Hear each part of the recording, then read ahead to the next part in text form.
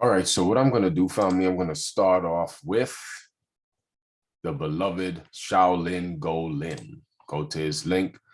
This is the Shaolin monk that taught my Shifu. So in essence, I learned his practices. All right, so I'm going to show you a video. Shaolin monk Shi Guolin was known as the Iron Arhat at Shaolin Temple because of his iron body skills. All right. He's able to withstand powerful blows to his body and not get injured. He specializes in Shaolin. By the way, can y'all hear the video when I play it? Could y'all, because I don't want to play it too loud. It's really early here. So we're just gonna, it's only 1 minute and 41 seconds. Let's get it. Shaolin monk Shi Guolin was known as the Iron Arhat at Shaolin Temple because of his iron body skills. He's able to withstand powerful blows to his body and not get injured. He specializes in Shaolin Iron Shirt, which hardens his body. According to Shi Guolin, it's all about Qigong, or energy work. Guolin says that Iron Shirt is using Qigong breathing techniques to send internal Qi to the forelimbs and head, the 5 parts. This also causes reactions in every part of the body. Within the body movements, expansion and contraction is achieved. Looseness and tightness, empty and real, movement and stillness, open and closed. Within all these opposites lies the key to increasing internal power. With each inhalation and exhalation, Qi can be sent to the 5 parts, and then the body will have a lot of power and Qi. After a period of time, every part of the body will feel full of Qi.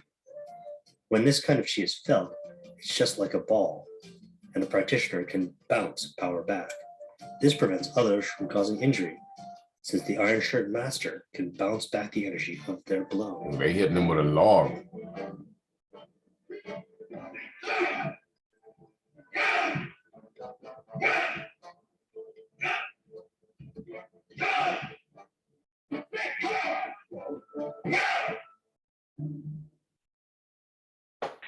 Right. Okay, family. So you see, let me just kind of go back with sound, Now, starting over. Okay, so he was the one that revealed about the true breath work with Qigong. And what you're actually seeing is that he, first of all, I just want to say, this is a huge misconception in Kung Fu. Whenever you see people kind of punch the wall or punch like the trees and they try to condition their knuckles or condition their physical body, they're actually bringing damage to their physical body when they do that, because it's about the cultivation of Qi and the crystallization of basically your Qi body or your spirit. Because over time, as you do these breathwork practices, as we spoke about before in a previous class, your electromagnetic field, your energy body starts to become more tangible to where you could turn it on and off. So he actually then is where you could have that steel-like body.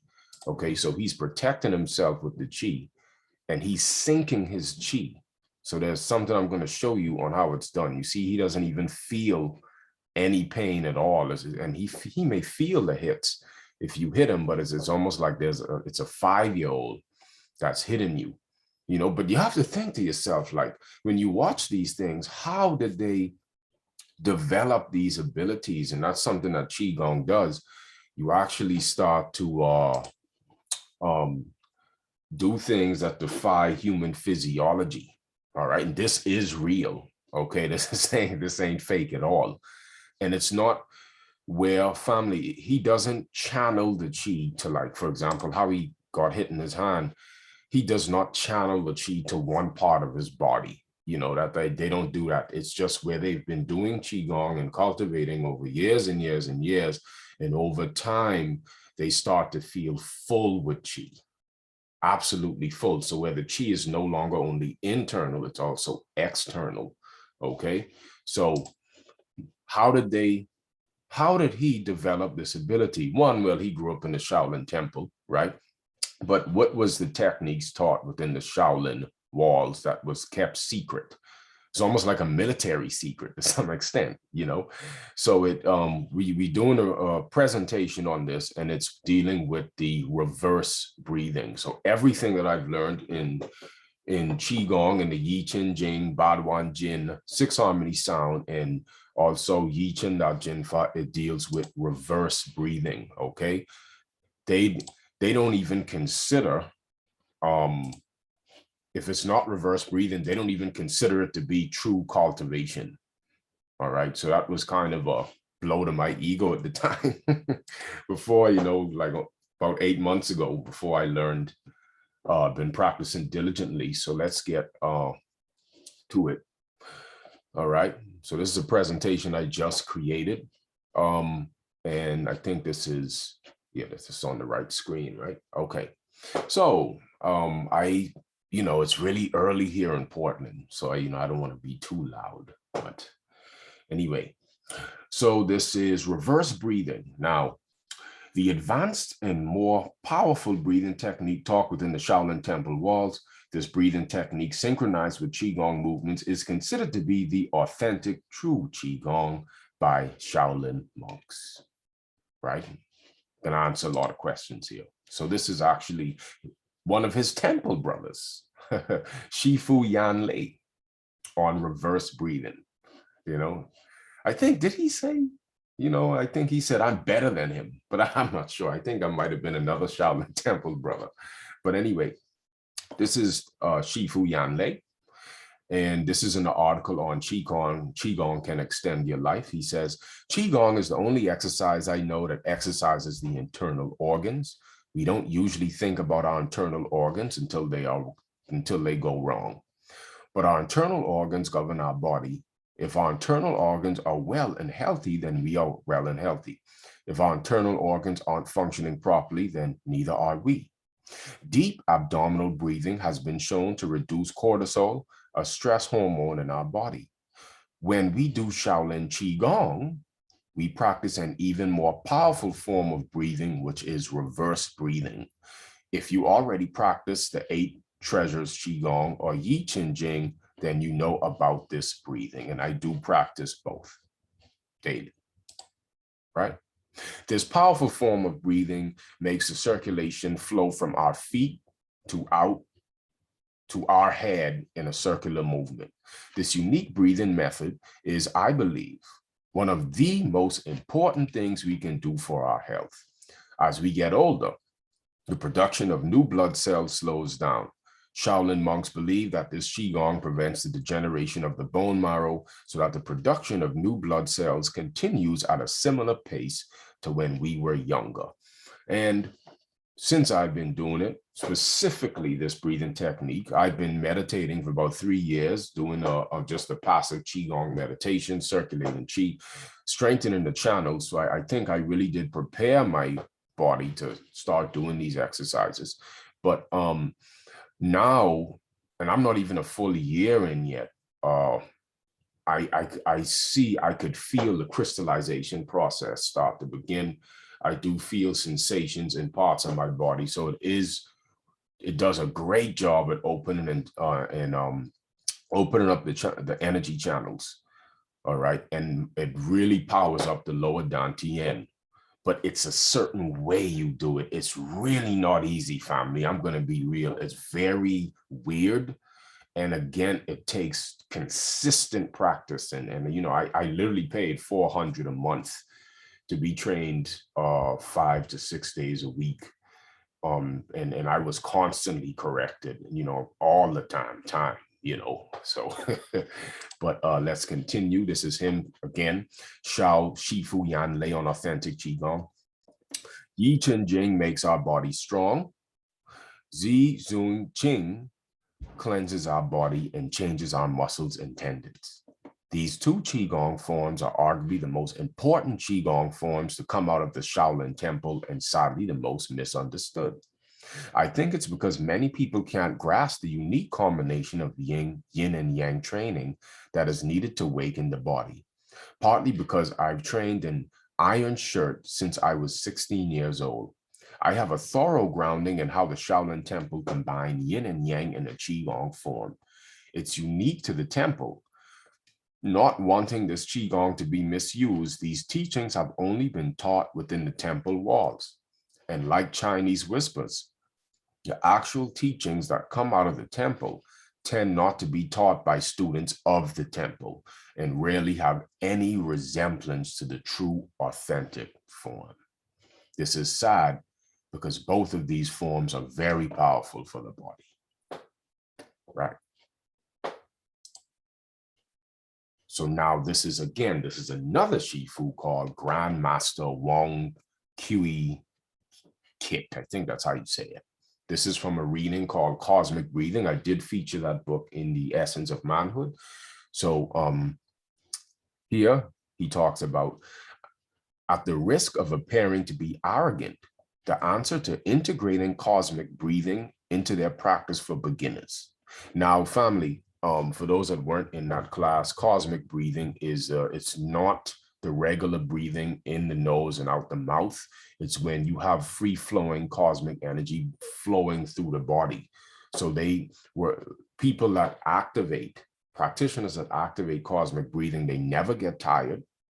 They can spar for hours and hours and hours. They could run and never sweat. It wouldn't hurt their joints. It's almost like you activate this super dormant potential within you.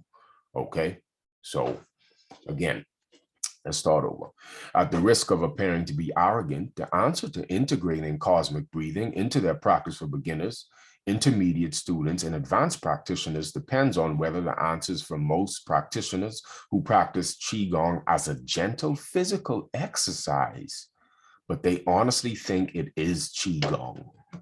All right. Notice now he says they think it's Qigong, but it's not the full scope of Qigong, or to very few practitioners who practice genuine Qigong, like our students. So you notice the similarity between this Grandmaster and what Yan Lei said, okay, about, again, how the Qigong today does not really resemble within the Shaolin temple walls, right? So he brings it up here.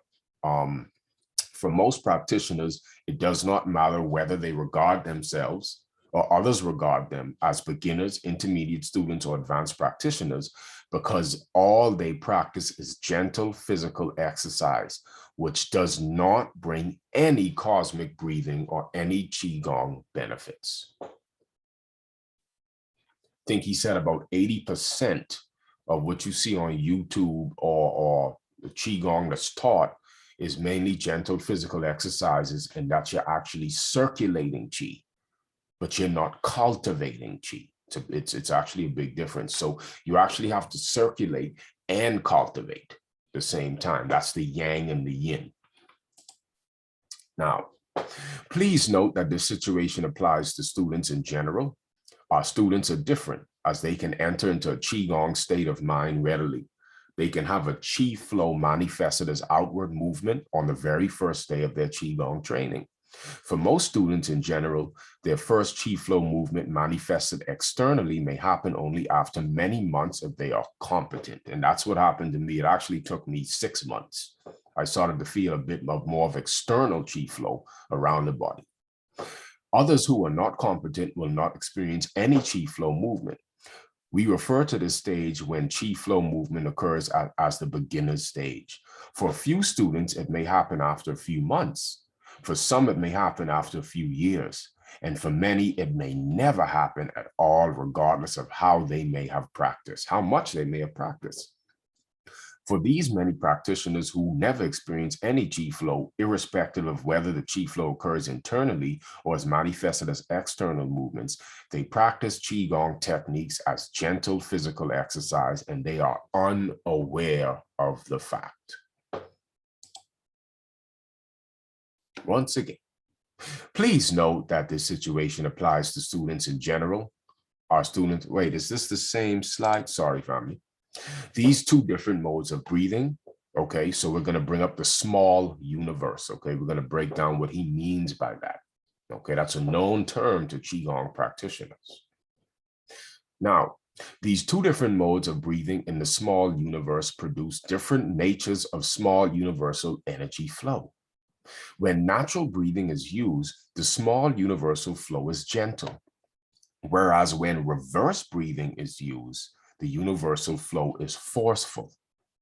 To differentiate these two types of the small universe, I call one the gentle small universe and the other the forceful small universe. I also did not find any mention of the forceful small universe in Qigong classics. And, by the way, again, you notice when he says the forceful small universe is reverse breathing, and it's very difficult to actually find any type of reading on it. So he says here, I believe the forceful small universe was an innovation of my Shifu to speed up the process of accomplishing the small universe. So hear that out, family. All right, it speeds up the process. All right. The usual time for masters in the past to accomplish the small universe was 10 years. And the orthodox method was to use natural breathing to practice abdominal breathing until energy at the dantian overflew and completed the small universal flow along the rim and du meridians. Now, I do have a pictograph in the next slide showing the rim and du meridians and breaking down what he means by the small universe. I continue to employ natural breathing in my Qigong training, sometimes just for abdominal breathing and often for the small universe. Okay. Now, what does he mean by the small universe? Now, remember, in the practice, family, we put the tongue to the roof of the mouth because there's two, orbits. This is just what happens naturally, right? Without you putting the tongue to the roof of the mouth. This is just how the energy flows in the body. So this is the Ren. It comes from the tongue right here. This is the tongue, and it passes to the front of the body, right? All the way to here. And then the Du meridian goes around the back of the spine, above the head, and to the top of the mouth. So when you put the tongue to the roof of the mouth, you're closing a circuit, family. And this is how you can run the energy across the two main channels of the body. Okay, so the small universe, and this is from a good Qigong practitioner. I found, I know of him, called Shifu Anthony Corahaz. Okay, this is from an article that he wrote on the small universe.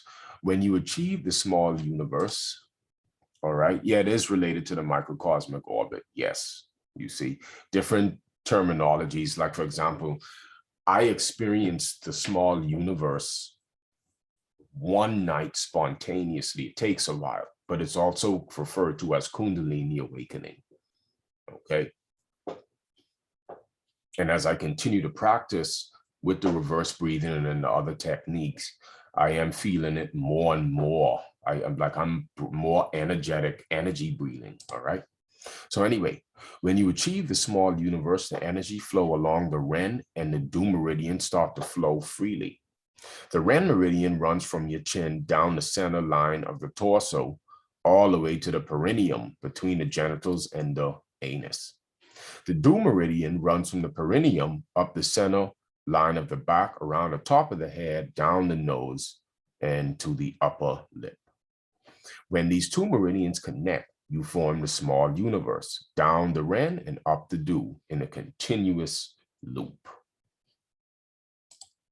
Now, he talks about the benefits of when you actually build, and you free the channels, open the channels up of the small universe, and this takes a while, family. It ain't just something that's, you got to put in some work, all right? So benefits of the small universe: 1, spiritual cultivation. The small universe also opens up new realms of spiritual cultivation. All great spiritual masters have the small universe, even if they never knew what it was called or specifically practiced the techniques. From years of meditation, the small universe opens naturally in them. And once it does, it allows for deeper states of meditation. Next, This was an interesting thing he said here, party rocking, right? It's true, having a small universe allows you to get away with more, shall we say, transgressions. Of course, this shouldn't be your main motivation, but I'll admit that it's a nice perk being able to stay up too late on occasion, or drink a few beers with friends, or eat stuff I shouldn't eat. So this is why you will see some Qigong masters, that some of them smoke cigarettes. Some of them, of course, they still have sex, they drink alcohol, wine, they, eat meat, they do things, but they actually more qualified to do it. Meaning there was a point in time where they were much more strict. All right. So because of, how we were, especially like us being raised in these habits that we were raised in our cultures and what you would call Babylon, right? So it's good to be strict for a period of time, especially to build on that chi. Even with Daniel, and here, and I spoke to Wayne, I asked him, Wayne, who, that's a brother with Wayne Chun, he already activated his small universe and can protect himself with chi. I asked him how long did he go celibate, and he said, well, he really only went celibate for 6 months. So it's good to lay that foundation, to build on that sexual energy, but you don't necessarily have to, and he has a steel body, but you don't necessarily have to live as a celibate for the rest of your life, but, I asked him, he said he went 6 months. 6 months to a year usually is what people say, to lay that foundation. All right. So next, more benefits.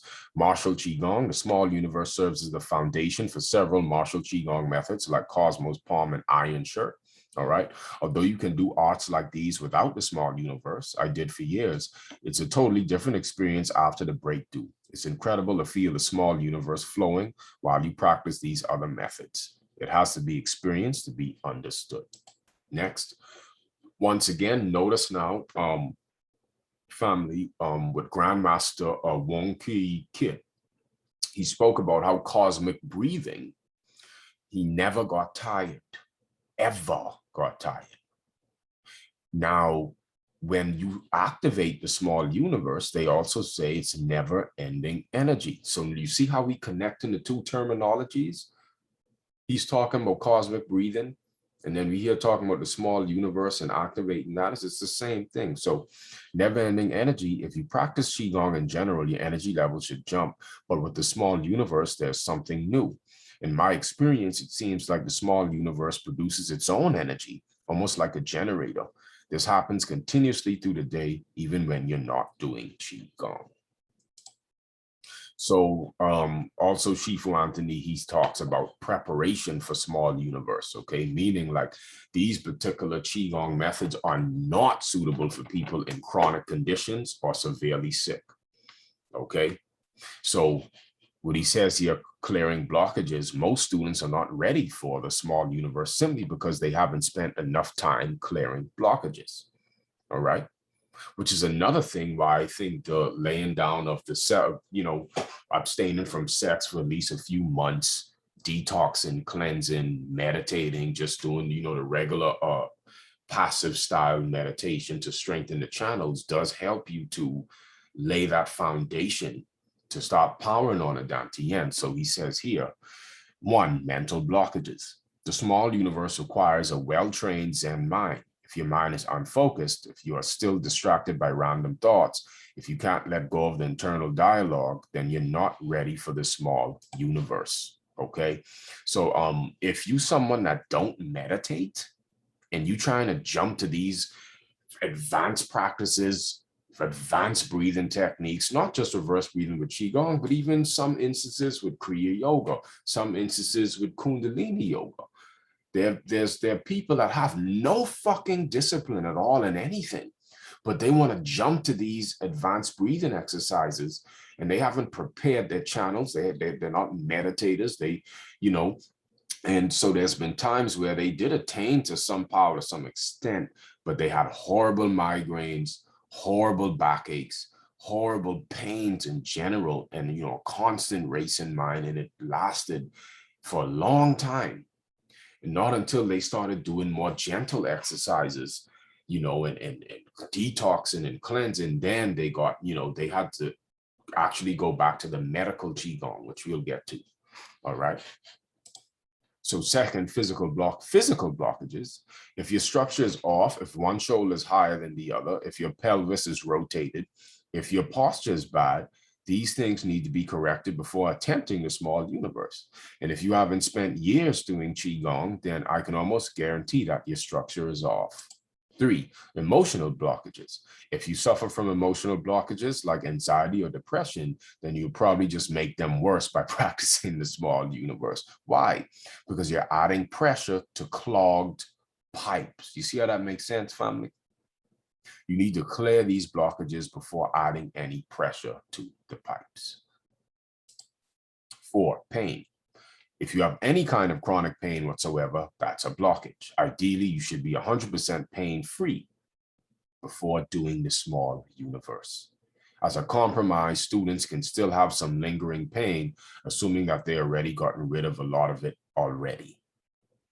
Okay, so if you feel a little pain, that's fine. But if you have this chronic pain, you should start off with, more gentle qigong movements.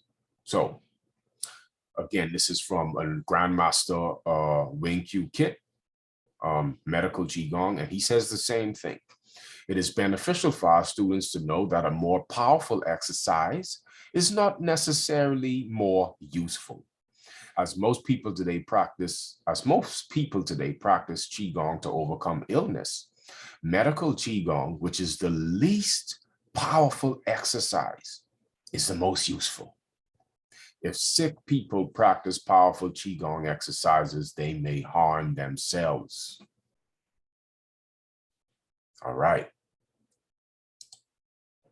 Now, this is, for those of you that was in the Essence of Manhood video, you may remember this slide. And Daniel, I did bring it up, and I did call, when I did call Wayne, because I was having, I still am having it, but chi sensations 24/7. And, because I wanted to consult with him, and I actually called Shifu and a few people I respect. And one thing that he said was, and again, these are people that already have the steel body and can protect themselves with the chi. So, because I'm having this tingling sensations as I breathe and constant movement of energy sensations just from breathing. I'm not even doing shit. Like now I'm feeling it. So he was telling me how the chi is just bouncing back and forth in my body, back and forth, and it's trapped in the flesh and it's trying to find its way out. All right. So then when he's talking about certain Wing Chun exercises, which did come from the Shaolin Temple as well, Wing Chun. When you roll the joints, when you do certain movements, you actually relieve tension. Although I don't have any pain. So he said that luckily I don't feel any pain. But the next step is releasing the energy and letting go of the energy to where it's no longer only internal, but where it then becomes external, and then you start to feel full with chi. Just like we watched that video earlier, how they were hitting him with the log and he was pushing into the log. He breaking bricks over his head. His whole body was surrounded and covered and crystallized with his spirit, okay, with his energy body. So you feel full with the chi. And not only internal, it's external.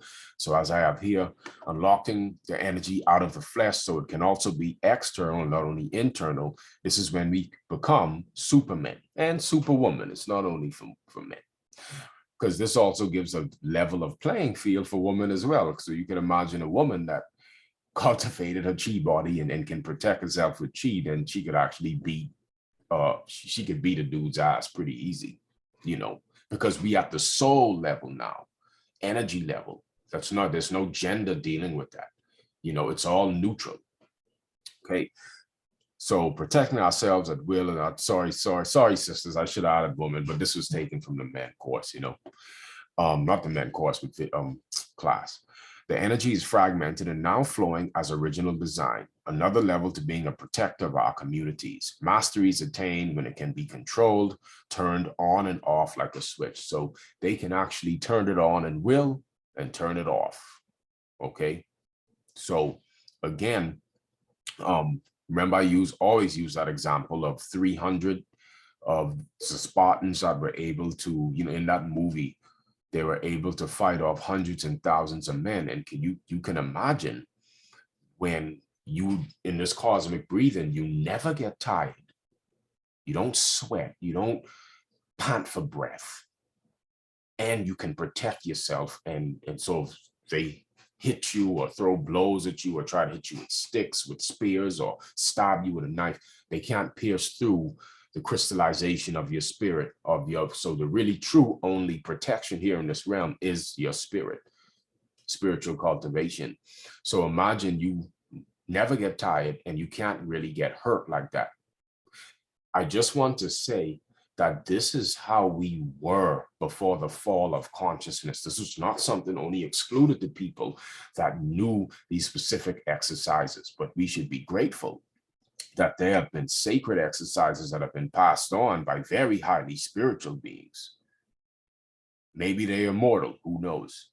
But very highly spiritual beings that give us that access, you know what I mean, to being able to unlock the energy out of the flesh, because the energy has been trapped in the flesh for many incarnations. And when it's trapped in the flesh, you start to believe you're the flesh. And that's where fear comes in. Okay? Spirit don't fear shit. So again, cosmic breathing. Though some of them had not yet attended my cosmic breathing course, because of this ability, they could spar for many hours without panting for breath. Panting for breath became irrelevant to them because they did not have to breathe in and out through their nose and mouth. Energy just exchanged between them and the cosmos while they were engaged in sparring. Many of them may not realize they were not breathing in the modern sense of the term, where air is breathed in through the nose and out through the mouth, but they were breathing in the classic sense of energy exchange. In Chinese, which is I don't know Mandarin, and Fu Cap in Cantonese, the classic meaning of breathing was an exchange of energy. Okay, you see that the meaning of breathing, family, the original true breath before the fall of consciousness, we did not only breathe in oxygen and nitrogen and all these elements, I mean those things. It was an energy exchange, okay, with the cosmos. You pulsated with the cosmos. All right, so you see where it says exchange of energy and not an exchange of air. Various breathing methods were practiced in Chinese Qigong long before air was discovered in the West. Many Qigong masters today may not realize this fact. Hence, some of them talk erroneously of abdominal breathing and reverse breathing as diaphragm breathing and chest breathing. Abdominal breathing and reverse breathing involve energy, whereas diaphragm breathing and chest breathing involve air. Got it? All right. So cosmic energy breathing. Cosmic breathing can also be an end by itself, which may be described as an attainment, which we may use the technique and the skill of abdominal breathing or of reverse breathing to attain the result or benefit of cosmic breathing. And I am experiencing that as I continue to practice daily and daily. I am starting to feel more energetic sensations and more exchange naturally of energy in my breath. So this is from a book called The Concept of Embryonic Breathing. It says, at the moment of birth, when the child first cries out, the external respiration begins through the use of the lungs. An interesting phenomenon that can be observed from the very first breath drawn is that the newborn's abdominal wall would be moving right against its natural way, being withdrawn with every inhale, protruding on the exhale, quite the opposite of normal abdominal breathing. So for when they studied or when they observed the fetus in the womb, they noticed that it reversed breathe, like it would actually, it fed from the placenta with the umbilical cord, and that was the way for it to bring the energy or the nutrients or whatever from the umbilical cord. That was its way to bring it up to the brain. Okay, so this is also from the concept of embryonic breathing. It's same inverted breathing, reverse breathing. People often use inverted breathing, most of the time subconsciously, usually right before attempting to undertake some heavy physical effort as a way of preparation, such as heavy lifting or otherwise moving a heavy object. Weightlifters use a method called power breathing that is very similar in principle to embryonic breathing. Proper inverted breathing will result in a surge of energy accumulating in the abdominal region. The accumulation of such energy is caused by the pressure and stimulation on and around the cavity below your diaphragm, originating from the opposite movement of the abdominal wall. In Qigong, this is called the accumulation of qi, caused by the technique itself, right? So, as you may have seen from your own experience, reverse breathing can be quite challenging and difficult at first. It requires considerable involvement, concentration, and even muscular activity. The most immediate effects of this will be the massaging of the internal organs, unlike with abdominal breathing, where your organs have shifted up and down along with the movement of your belly and diaphragm. Now your abdominal cavity gets compressed from all sides at once as you inhale, being released with each exhale. Such compression and release creates a dynamo effect. It stimulates the digestive tract greatly, aids the absorption of nutrients. Stored blood glycogen is secreted from your liver into your bloodstream, and some fat stores around your bowels may get turned into even more energy. This translates into an energy rush in the abdominal region, also known as the accumulation of qi. A longer-term effect of this form of breathing, if practiced regularly, is the strengthening of the abdominal muscles and even the diaphragm. As both your belly and your diaphragm now move against resistance, it will become decidedly more difficult to breathe, requiring a great effort, resulting in greater stimulation of all muscles involved, which in the long term translates into strengthening these muscles, meaning a deeper and more effective breath. Now, practicing inverted breathing can also take your meditation practice to the next level. The strong focus required to maintain this technique will aid your meditation efforts, especially if your focus is in around your abdominal region, your lower dantian. Now, I think this is the same book. So it talks about here, this is anytime you instigate Kundalini awakening or the small universe, powering the Dantian, you're doing deep diaphragmatic breathing, family. Okay, that's the way how to build and strengthen the energy channels. Okay, now the lungs themselves cannot breathe. They only expand and collapse. They only expand and collapse like a sponge. Through the aid of, sorry, one sec.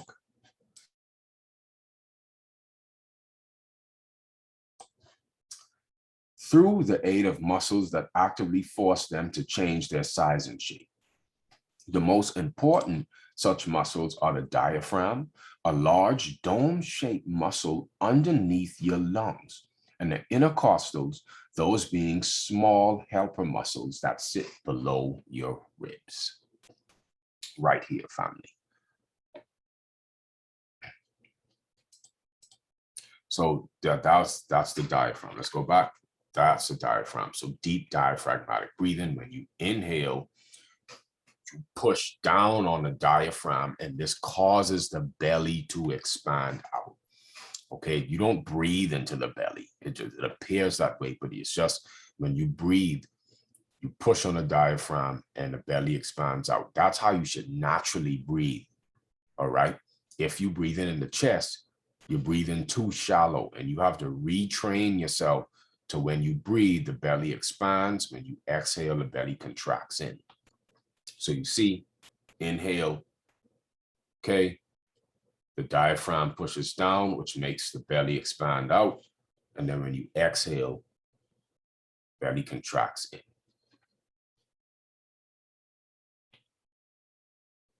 So, of course, the diaphragm is strong enough to perform the duty of breathing without the aid of other muscles while you are at rest.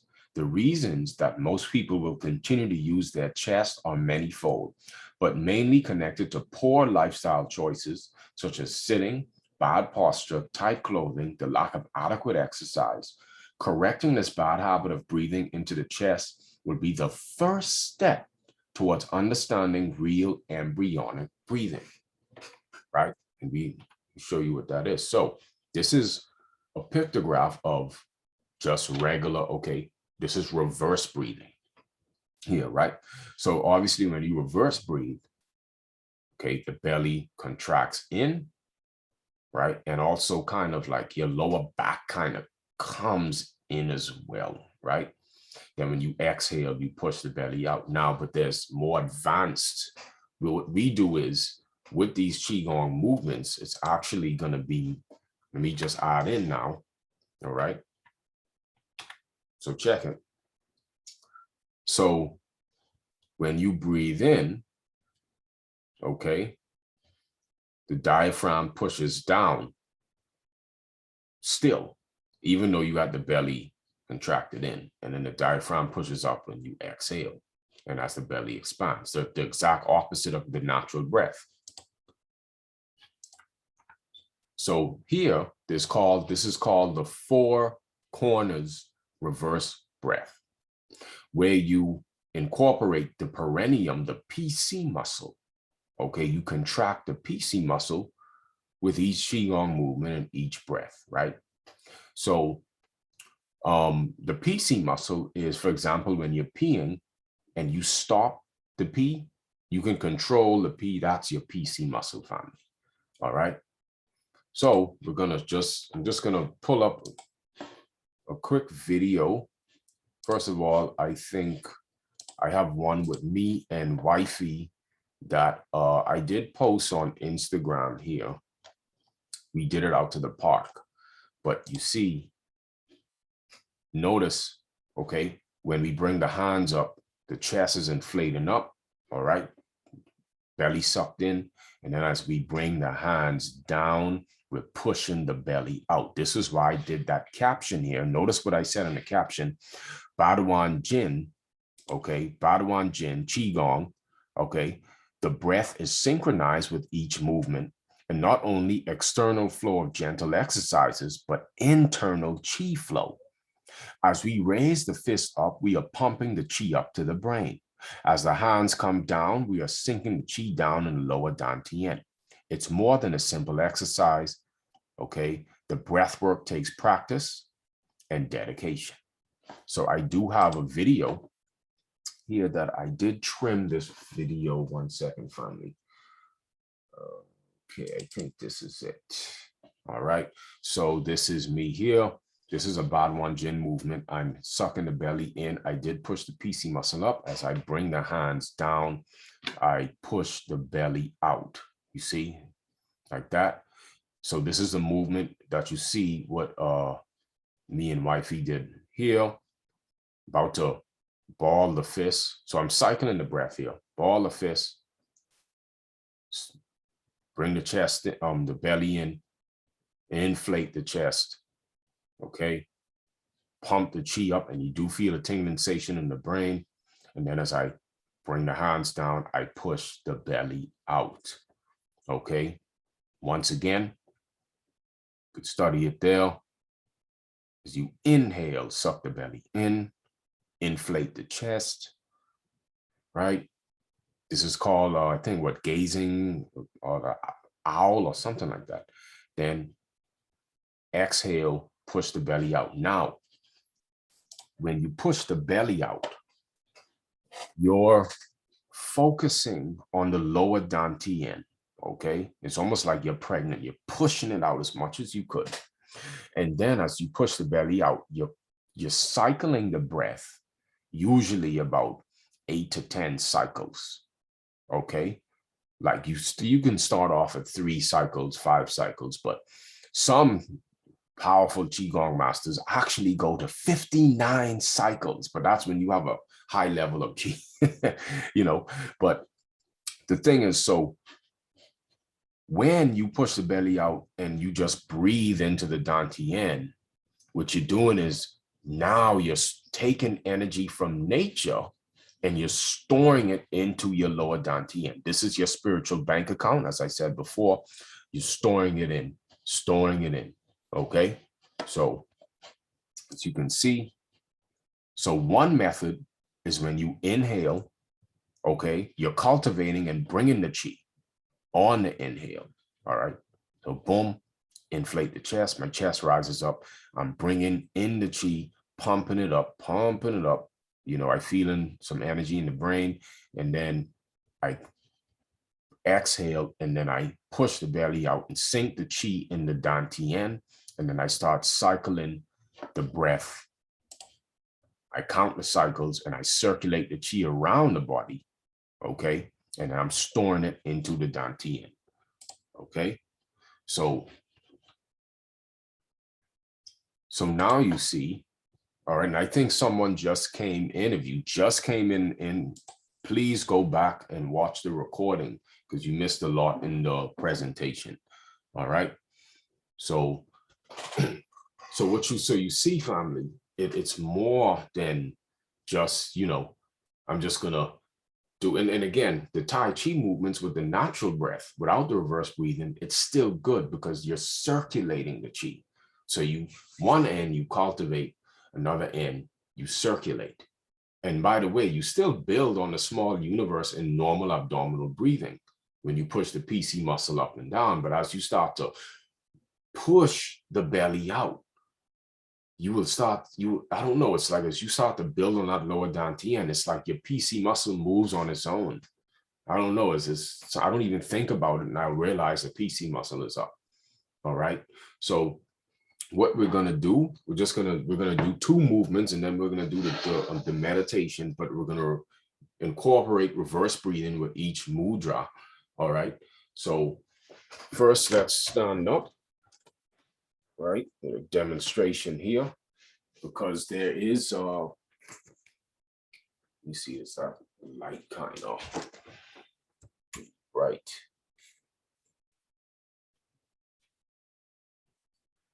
Pin my video. So what I'm gonna do, let me pin my video. So in the recording, at least I could all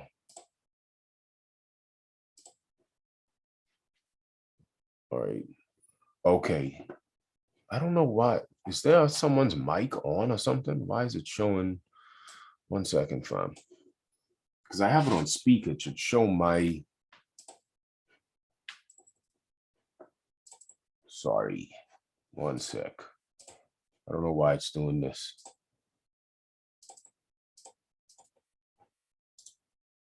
Okay. Oh, there it is. Pin. So I just pinned my video. Okay. Let me make sure you could see. Yeah. All right.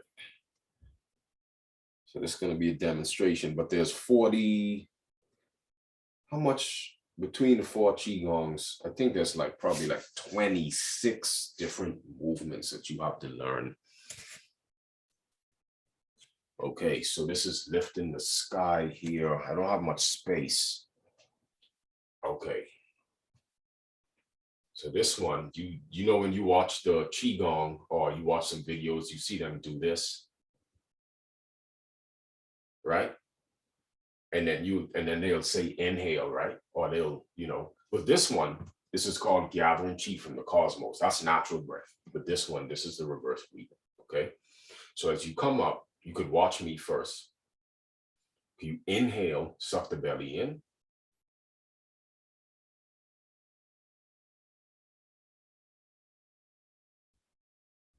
Now the palms are up facing that.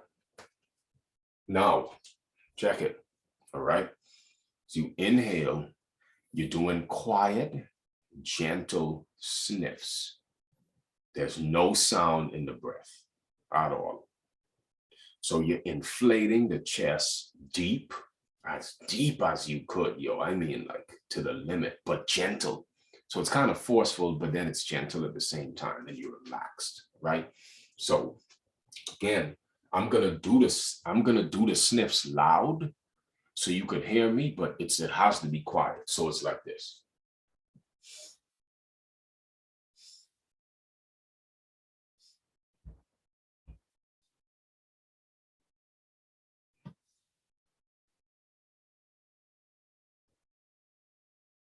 Push the belly out. See? So again, on the side, inhale, suck the belly in.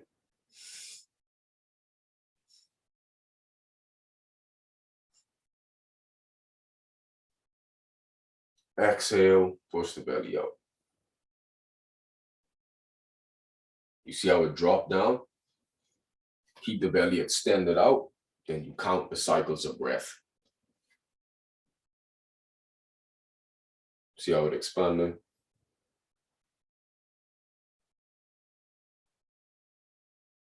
Now, when we up here, because there's two parts to it, right? So inhale, suck the belly in.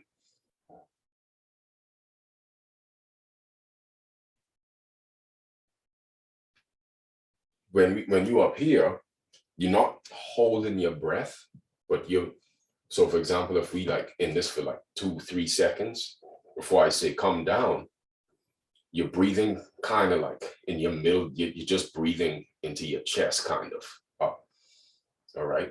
Or up here. Then when you push the belly out, you're breathing in here. So it's two parts to it, okay? So what we're gonna do, all right, I see someone, brother, might be a connection. Y'all could see me, right? It's flowing now? Okay, good. All right, so let's do this together, all right? Now,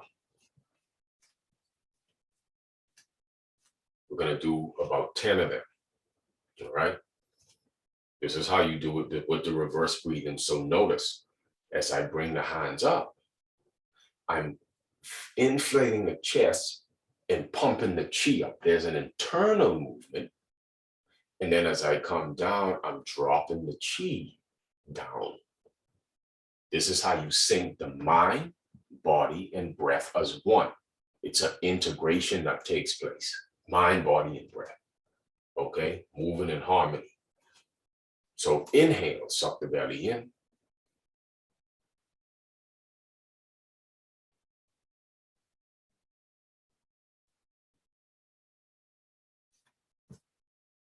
Exhale, push the belly out.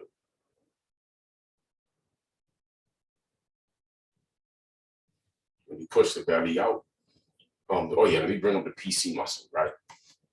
So let's say you do draw in 4 breaths each time. So let's say, let me think of this, how to break this down. So you inhale, see, the PC muscle goes up for me automatically. I have to like, but you probably have to consciously think about it. Okay, so you contracting the PC muscle like up as you inhale. And then when you push the belly out, you're pushing down on the PC muscle. You're like relaxing it, all right? So think about this, okay? Let's say you have the pee. You peeing and you want to stop it. You contracted it. And then when you release it and let it go, the piss flowing out again. So watch this. Inhale, suck the belly in.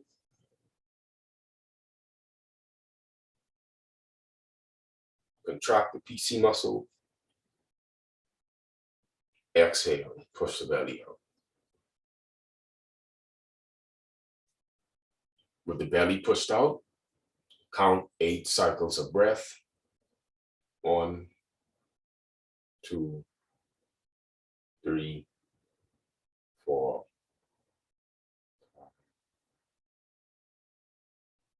So we can do 5 cycles of breath. So again, inhale, suck the belly in. Reach up, stretch up to the limit. Don't be lazy, like where your hands like this. It has to be like stretch up. Exhale, push the belly out.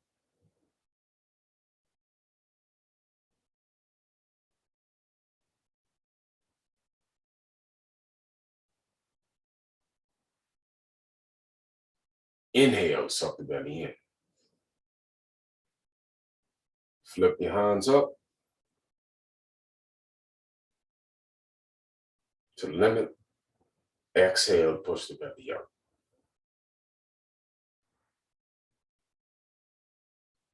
Once again, inhale, suck the belly in.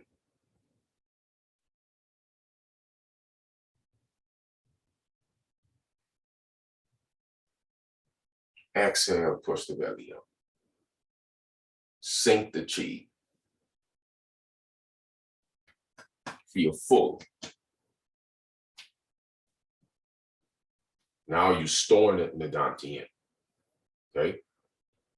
Next movement. Okay. I know that this one, yeah, okay. We're gonna do like 3 little movements, okay? Inhale. So next one, you're gonna bring the hands up like this. Then you're gonna calm down. But every time you come up, what are you doing? You're bringing the chi up. Inflate the chest. As you come down, pushing the belly out. Again, inhale, suck the belly in.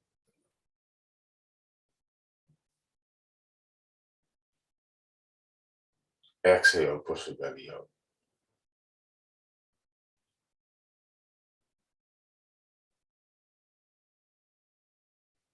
Inhale, suck the belly in.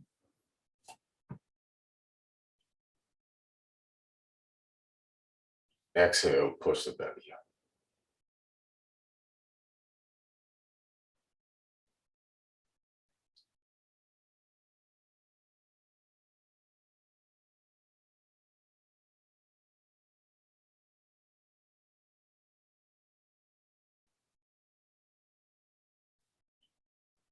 Again, inhale, suck the belly in.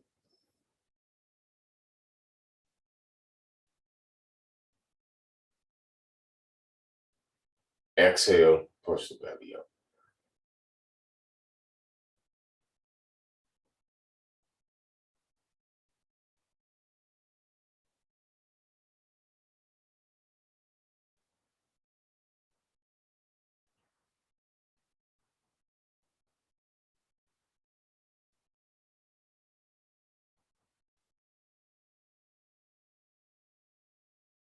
So third movement, I'm just gonna show you 3. Was the one that you saw in the video. You come up, inhale, suck the belly in, fist up, look to the left, then exhale, push the belly out, bring the hands in.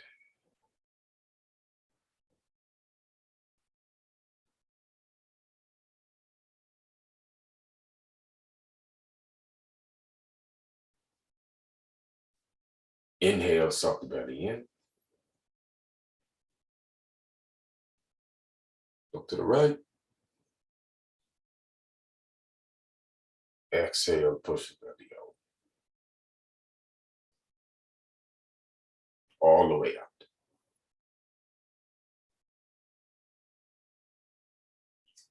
Again, inhale, suck the belly in.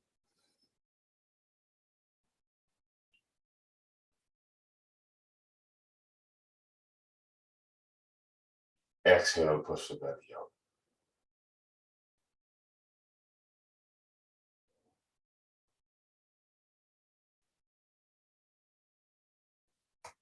Inhale, suck the belly in.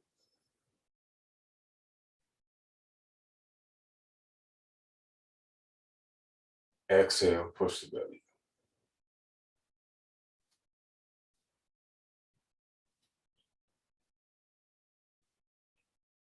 Okay.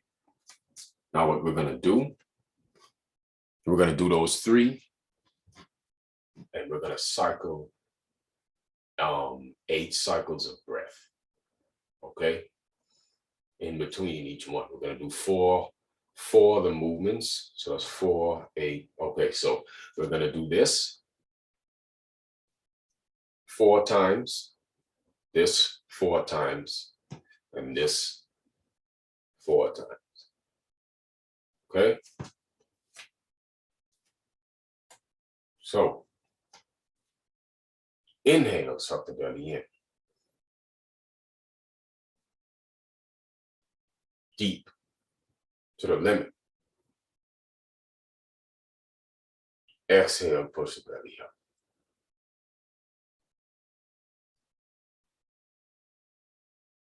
Eight cycles of breath. Belly forced out.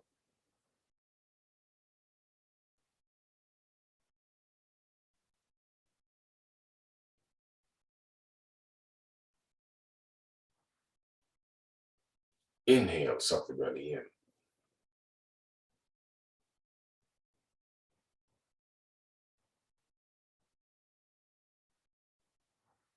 Exhale, push the belly out.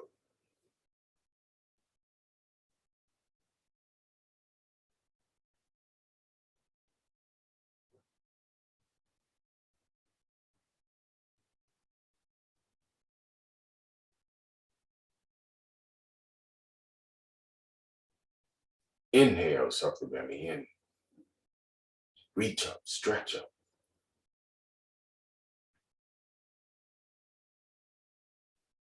Exhale, push the belly out.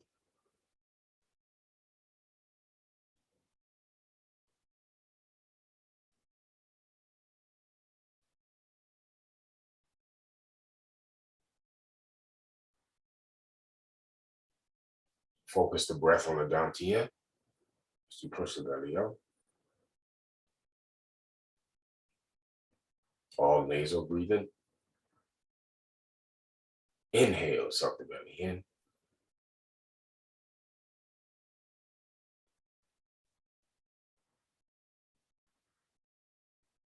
Exhale, push the belly out.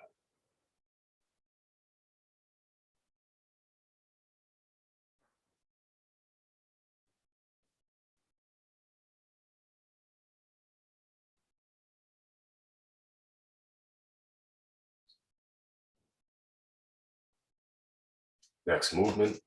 Inhale, suck the belly in.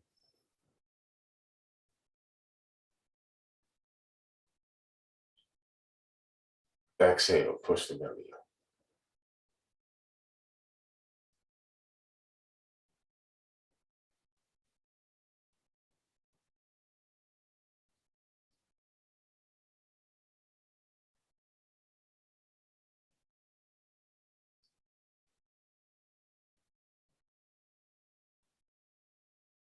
Down.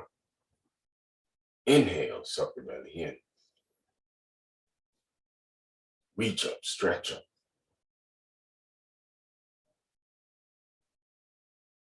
Exhale, push the belly up.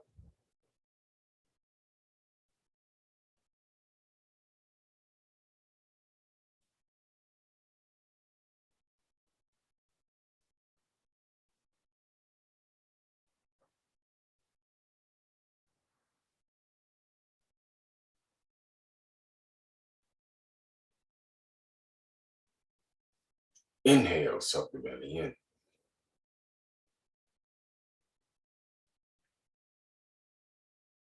To the limit. Exhale, push the belly out.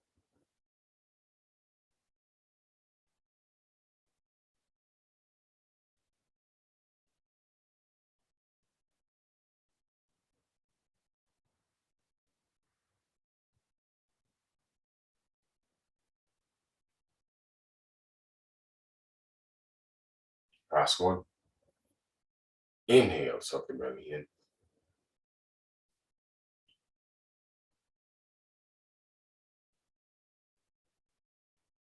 Exhale, push the belly in.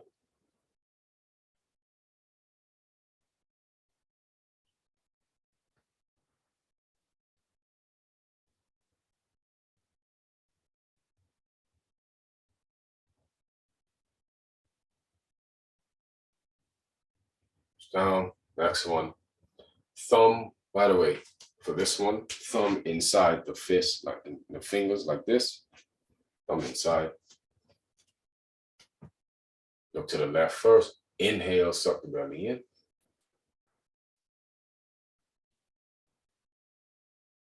Push the PC muscle up on the last breath. Exhale, push the belly out.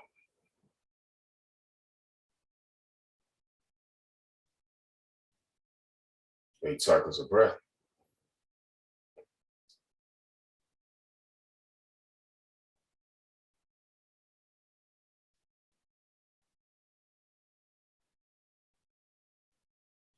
Inhale, suck the belly in, to the right. Inflate the chest. Exhale, push the belly up.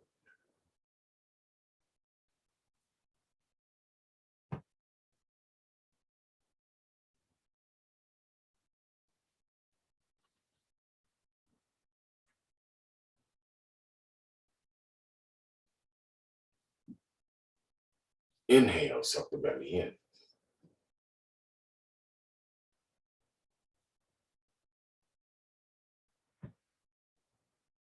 Exhale, push the belly out.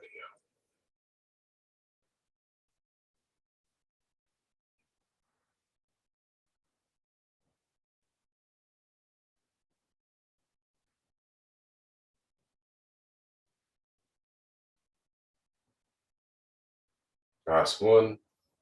Inhale, suck the belly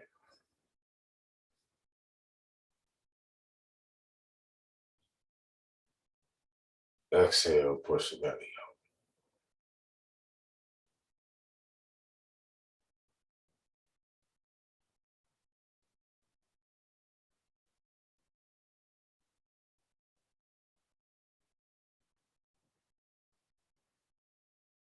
Next, we're going to do natural breath. Feet shoulder width apart, knees slightly bent, and we're going to do gathering cosmos, gathering chi from the cosmos. This is natural breath. So you're gonna could watch me first. Maybe I could come down a bit. Okay, just so you could, now you ain't gonna see my hands. That's a problem when ain't much space. Okay, so, knees bent. When you come up, you inhale, natural breath, not reverse breathing. We circulate chi. Inhale. Exhale. Let me bring it up so you can see the hand movement. Inhale.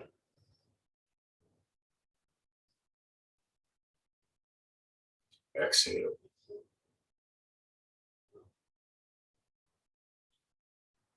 Inhale.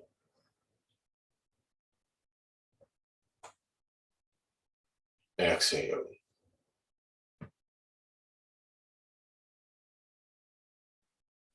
Inhale.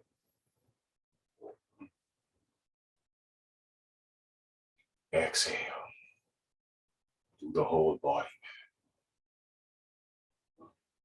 Inhale.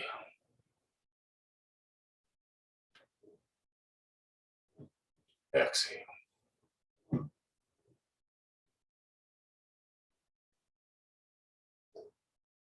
Inhale. Exhale. Do this for a few more cycles at your own pace.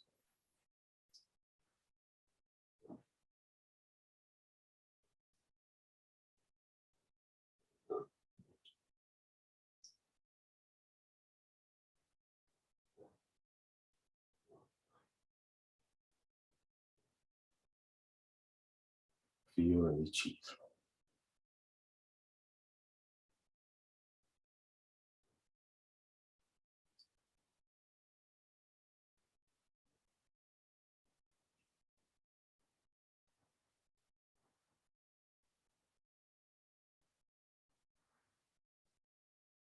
Put your whole body into it.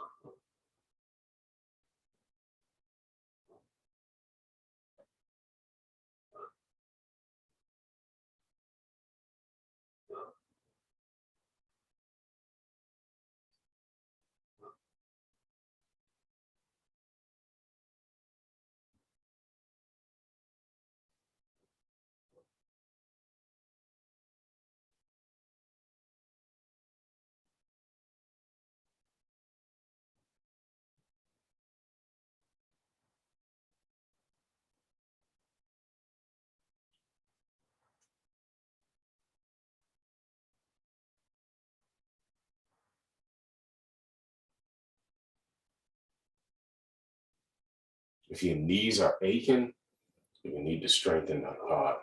And show you what you're gonna have to strengthen for Qigong, because that's like the foundation, yo.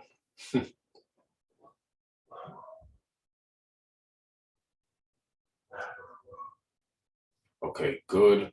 So that's something you could, that also helps to with fatigue in the morning time. You can, if you do that for like 10 minutes straight, just circulating, getting internal movement going, circulating the chi. Next, by the way, I don't know if you guys ever did horse stances where you like, get down like this. That's really good to strengthen. You do a little bounce like this. It strengthens all right here, because you're gonna need this part to really be strong for Qigong. Okay.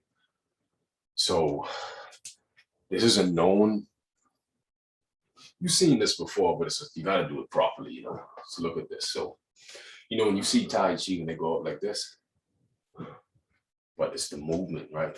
How you do it. So I'm gonna come down a bit in horse stance, knees slightly bent, posture good. And you're gonna inhale, exhale.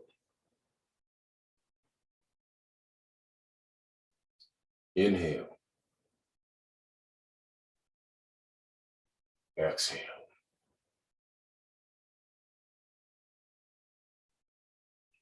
Inhale, exhale.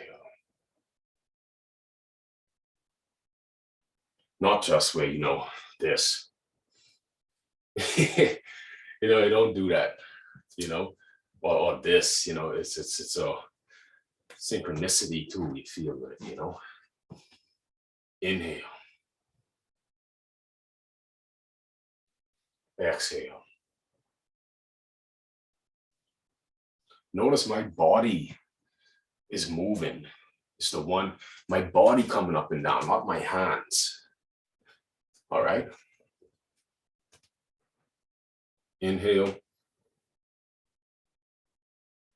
And as you come up like right under the chin area, right? And exhale. Natural breath. Okay. So let's do a couple of cycles of those. Ready? And inhale. Exhale.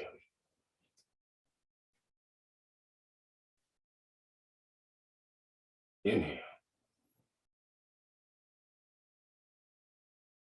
Exhale.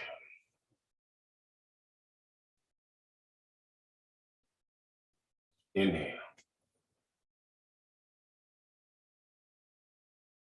Exhale.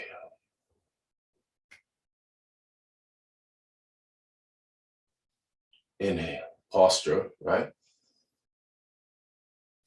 Exhale. Notice my back is straight the whole time. Inhale.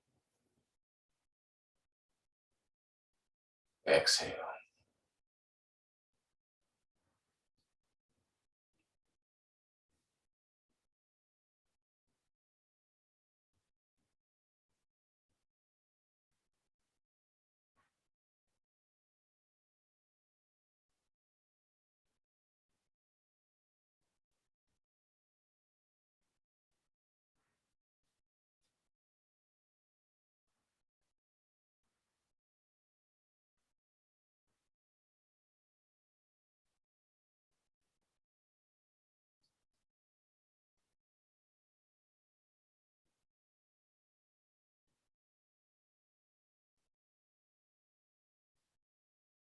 Good.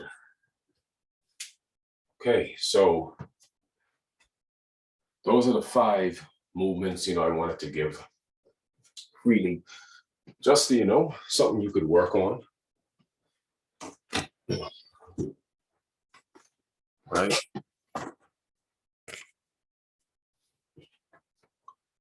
Throw the shirt back on. See, it's a little workout too, you know. Let's see.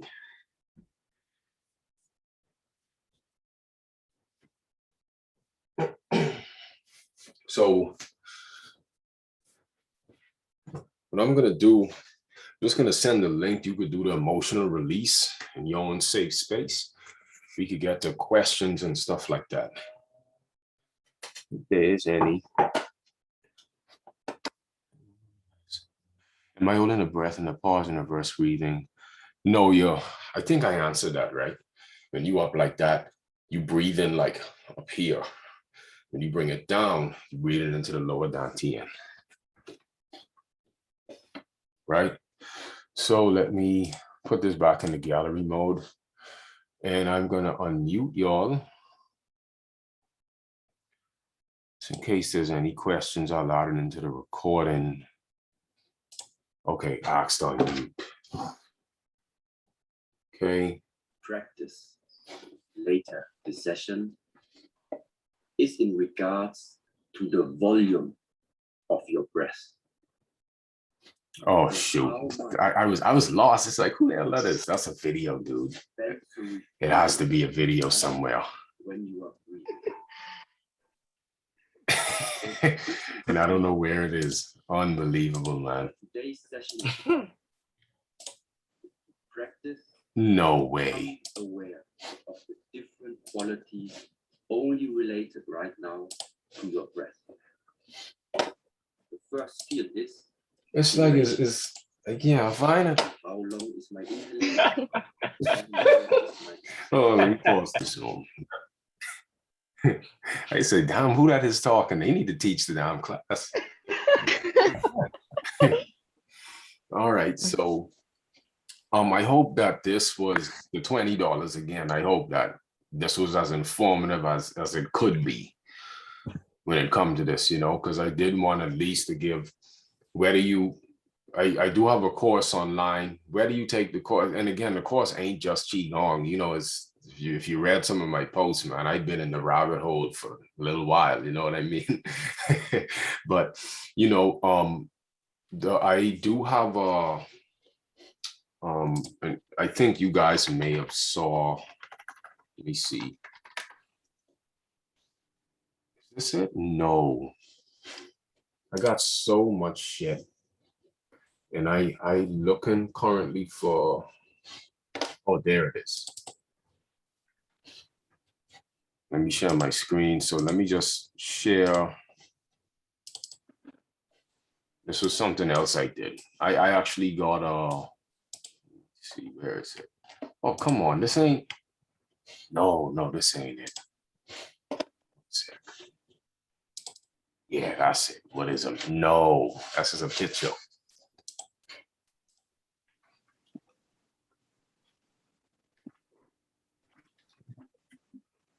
No, that's a, and I don't have the PowerPoint up. Maybe I could do this.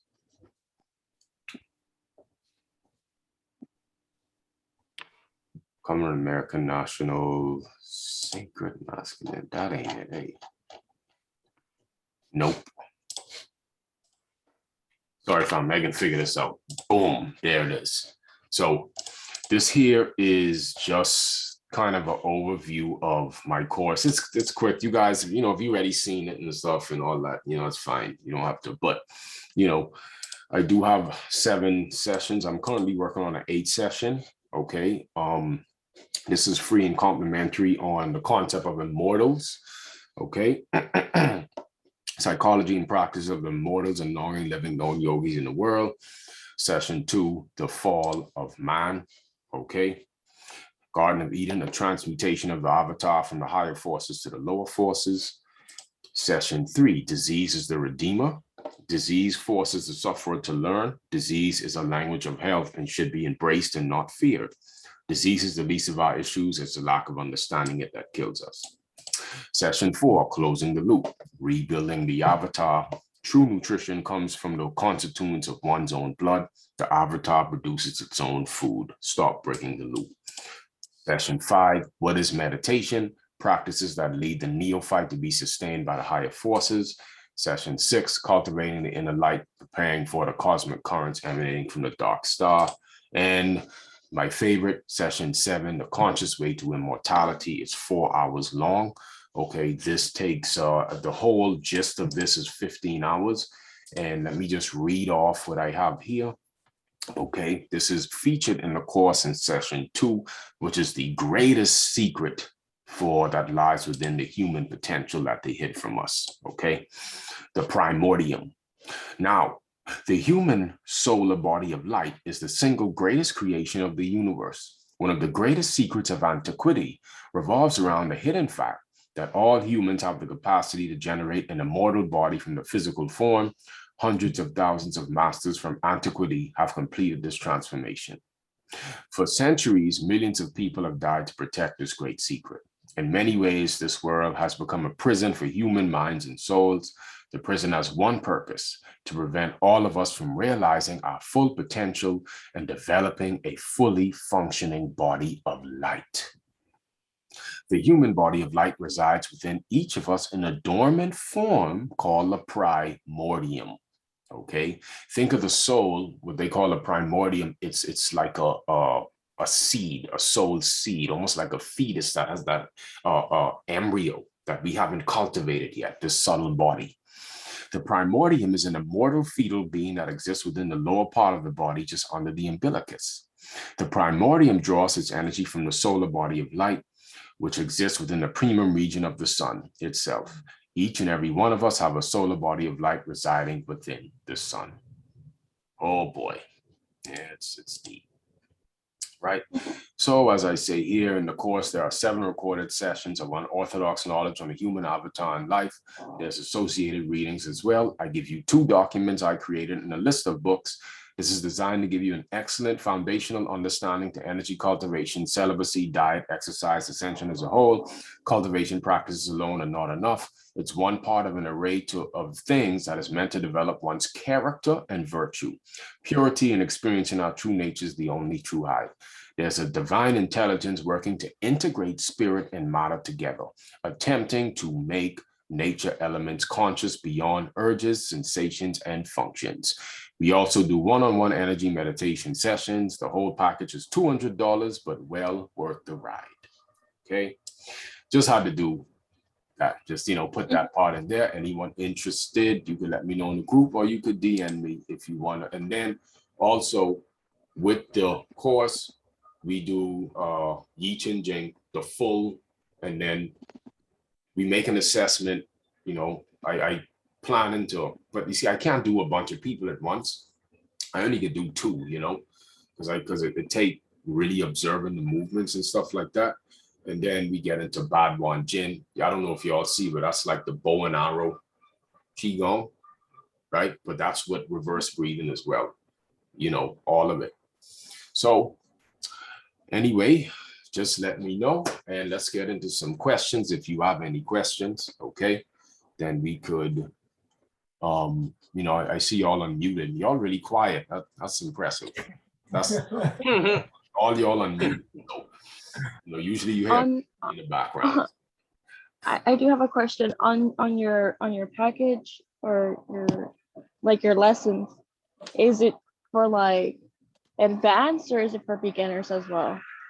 No, it's beginners and advanced. It's really okay. What it does is with the books, the first thing we start off dealing with, like understanding, it's really food and sex. The addiction of food and sex is the biggest obstacles, right, to cultivate. Okay. So but then you also have the other, what we call sins, like pride, jealousy. So I'm currently developing session 8. Now, session 8 deals with how the even the lack of mental virtue, of jealousy, of anger, of hate, it actually causes these fluids in the lymphatic system, we call the excess blood proteins. Just, you could be clean, but if your mindset ain't right, stress, all of these, it could cause the capillaries to dilate and open up with the lymphatic system, and these blood proteins and excess fluids could drown the cells. And if the cells are drowned in fluids, this dilutes the electrical activity. of the cells, and also messes up the potassium and sodium balance. You see, so I'm working on that. So we're trying to bring in the human anatomy and physiology, and at the same time to kind of reawaken what the Vatican and what the, we was actually meant to know these things. Like these principles, the word principle, if you break it down in Latin or its root word, it's first and foremost, meaning this was the first thing you had to know and learn while being on earth. So the whole gist of it is knowing the principalities of your true nature, you see, because there ain't really no such thing as, when we talk about different diseases and all these things, it's just, and again, even mineral deficiencies, it's just because how we've been brought up. We didn't even have to do these fancy shit, all this exercises and energy cultivation, but because we degenerated, it changed the nature and mind of the cell, and now the cells are in a somatogenic hypnosis. You see, so the cell starts to change to where it matches a mind that's in mental or emotional conflict. You see, so that's something I learned under Phil Valentine. I was his student for a while, So do y'all know Phil Valentine? Anyone here? It's great. Yeah. Bobby Hammett, Phil Valentine, all that, you know what I mean? So yeah, I was his direct student for a while. He taught me about the somatic cells and all that. I spent about probably about $3,500 to enroll in his school, So yeah, but it really is my own, like, from meditating a lot, and the class was created after I had that kind of experience I spoke about before. I did post it on Instagram saying about the experience I had, so all right. I say, okay, so we have Laurel. That's how you say it, right? Laurel Bay? Yeah. Okay, what's going on? I have one shoulder that's lower, and my right hip has an anterior tilt, which I'm addressing physically, but I never thought about it as like energy blocks. And you mentioned that in the beginning, that there could be deficits to practicing qigong or more advanced qigong with these types of things. So I was just wanting to know more about that, and if I should not do like today's stuff or. Well, those ones, they should be fine, but I do know, I could direct you to Shifu Anthony's website, where he does show good, like, precursor type qigongs. You know what I mean? That will help with, you just focusing on your posture and doing that gentle physical exercise as well, So just DM me, because he does say that like, if you really have an issue like that, or like, those are good to start off with. Okay, I will. Yeah. For sure. Good question. All right, Isaac.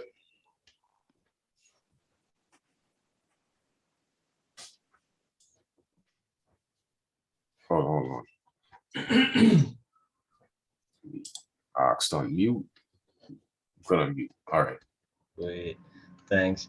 Hey, so I just had a question because, I've done some studying in the past too, and I don't know if you're familiar with these concepts, but I wanted to run it by you. What's your thoughts of Shen and Jing in relation to Qi? Oh yeah, they say the Shen is up here, right? Because so they associate that with the pineal, and they talk about the Shen body. Jing is the essence dealing with what a conservation of the sexual energy, and you convert it to Jing. Is that what that was about? I read. Yeah, so I've heard it explained a couple times, but I just wanted to see if you had a little deeper understanding, because the person who explained it to me didn't go too in depth, and I really like the way that you explain things. So I was just trying to gain a greater understanding of the concepts. It's funny. I think that's in session 2. I did bring up. I remember using them words, but you see when you go through so much things, you ain't thought about it in a while. So I gotta pull that back out. I do know that one, from remembering with the Shen body. Okay, you ever seen with Buddha, right? You see how Buddha has like a big belly, right? Now, Buddha, that represents spiritual pregnancy, right? So there's just like everything that's physical is receptive to cosmic forces. So even though you're a male, right? And that just, but the fact that it's physical, it's still, anything that's physical is feminine. It's the female. Anything non-physical is considered masculine. Notice they say Father God, Mother Earth. Yeah. Right? So in you, there's, because of our lifestyles and the way we live, we cause a spiritual abortion. We do not allow for that Shen, for example, holding in that sexual energy, rising into the brain to activate the Shen of the pineal, right?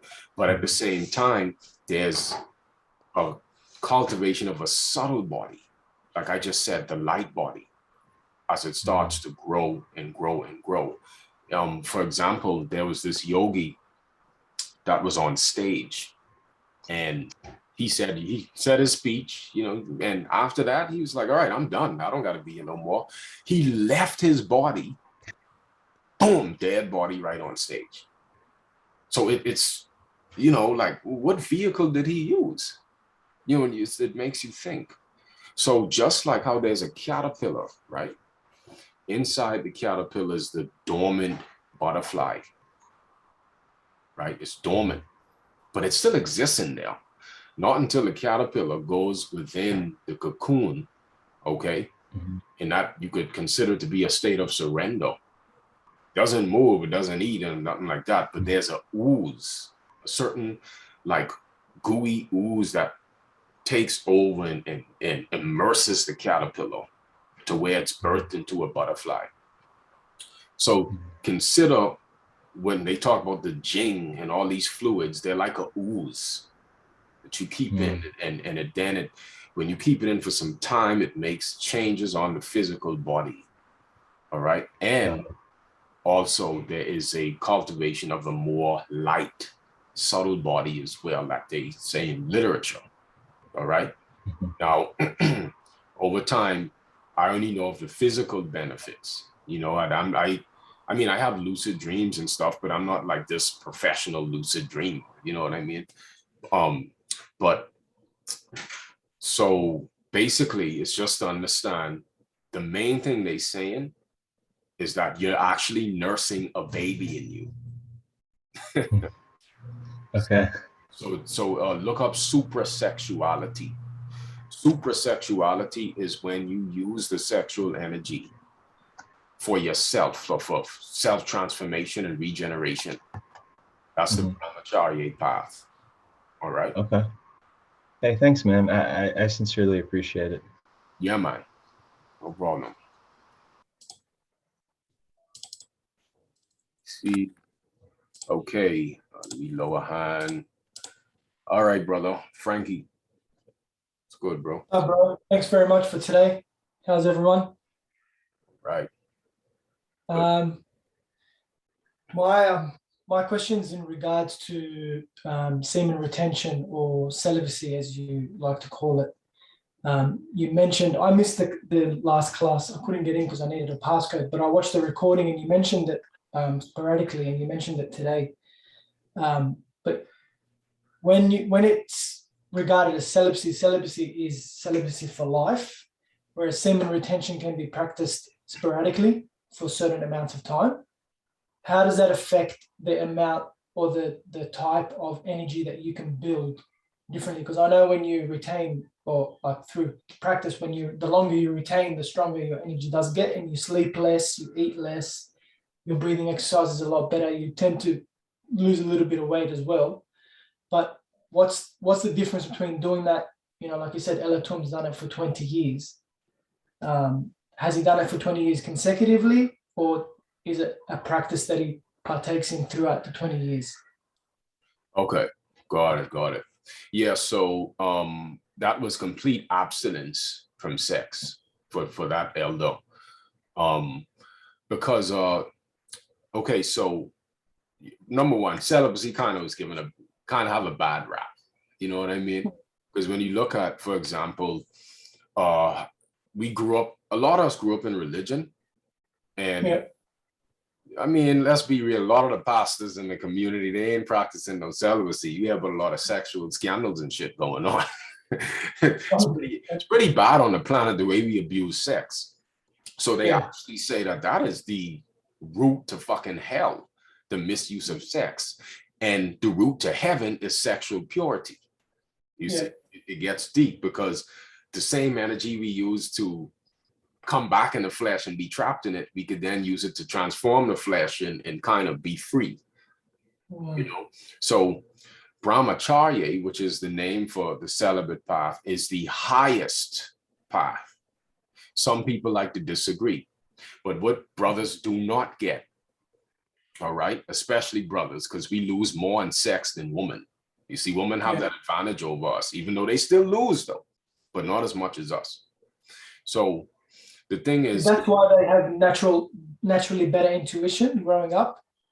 Yes. Because during adolescence, men, you boys usually, ejaculate a lot, Oh, whereas, yes. female body's different. Is that why they develop intuition and things like that better than we do, or quicker than men do? Absolutely. Men we degenerated much more than women. A woman only could bleed once a month. You could bleed like non-stop and be in that chronic state of PMSing over time. That's obviously acidifying the body as well, right? Yeah, it's acidifying the body, especially if done really excessively. And then you couple that with poor diets and then, and then a stressful job. And it's like now you so numb to your own power, you don't even know it exists. As a matter of fact, we became so fucking numb. This shit is a conspiracy theory. Yeah, oh my God, 100%. So our true nature turned into a big conspiracy theory now, and they say, look, this nigga talking shit. This is pseudoscience. If you try to be healthy, you're the crazy one. Yeah, well, you see, that's when it gets a little... See, this is what people don't want to hear. One, sex was mainly for the use of only for procreation. Anything outside of procreation to these yogis is considered like animalistic. You're just using it. We using it for pleasure. So a lot of dudes that talk about this sexual cultivation and semen retention, no judgment, because I still do the same thing. You know what I mean? But we still use it mainly for pleasure, right? So now when you look at people get caught up in the semen aspect of it. It's not about the semen, it's about the ujas, the subtle part of the semen, the energy running in the body. Okay. So even when you have a wet dream, you still kind of purging.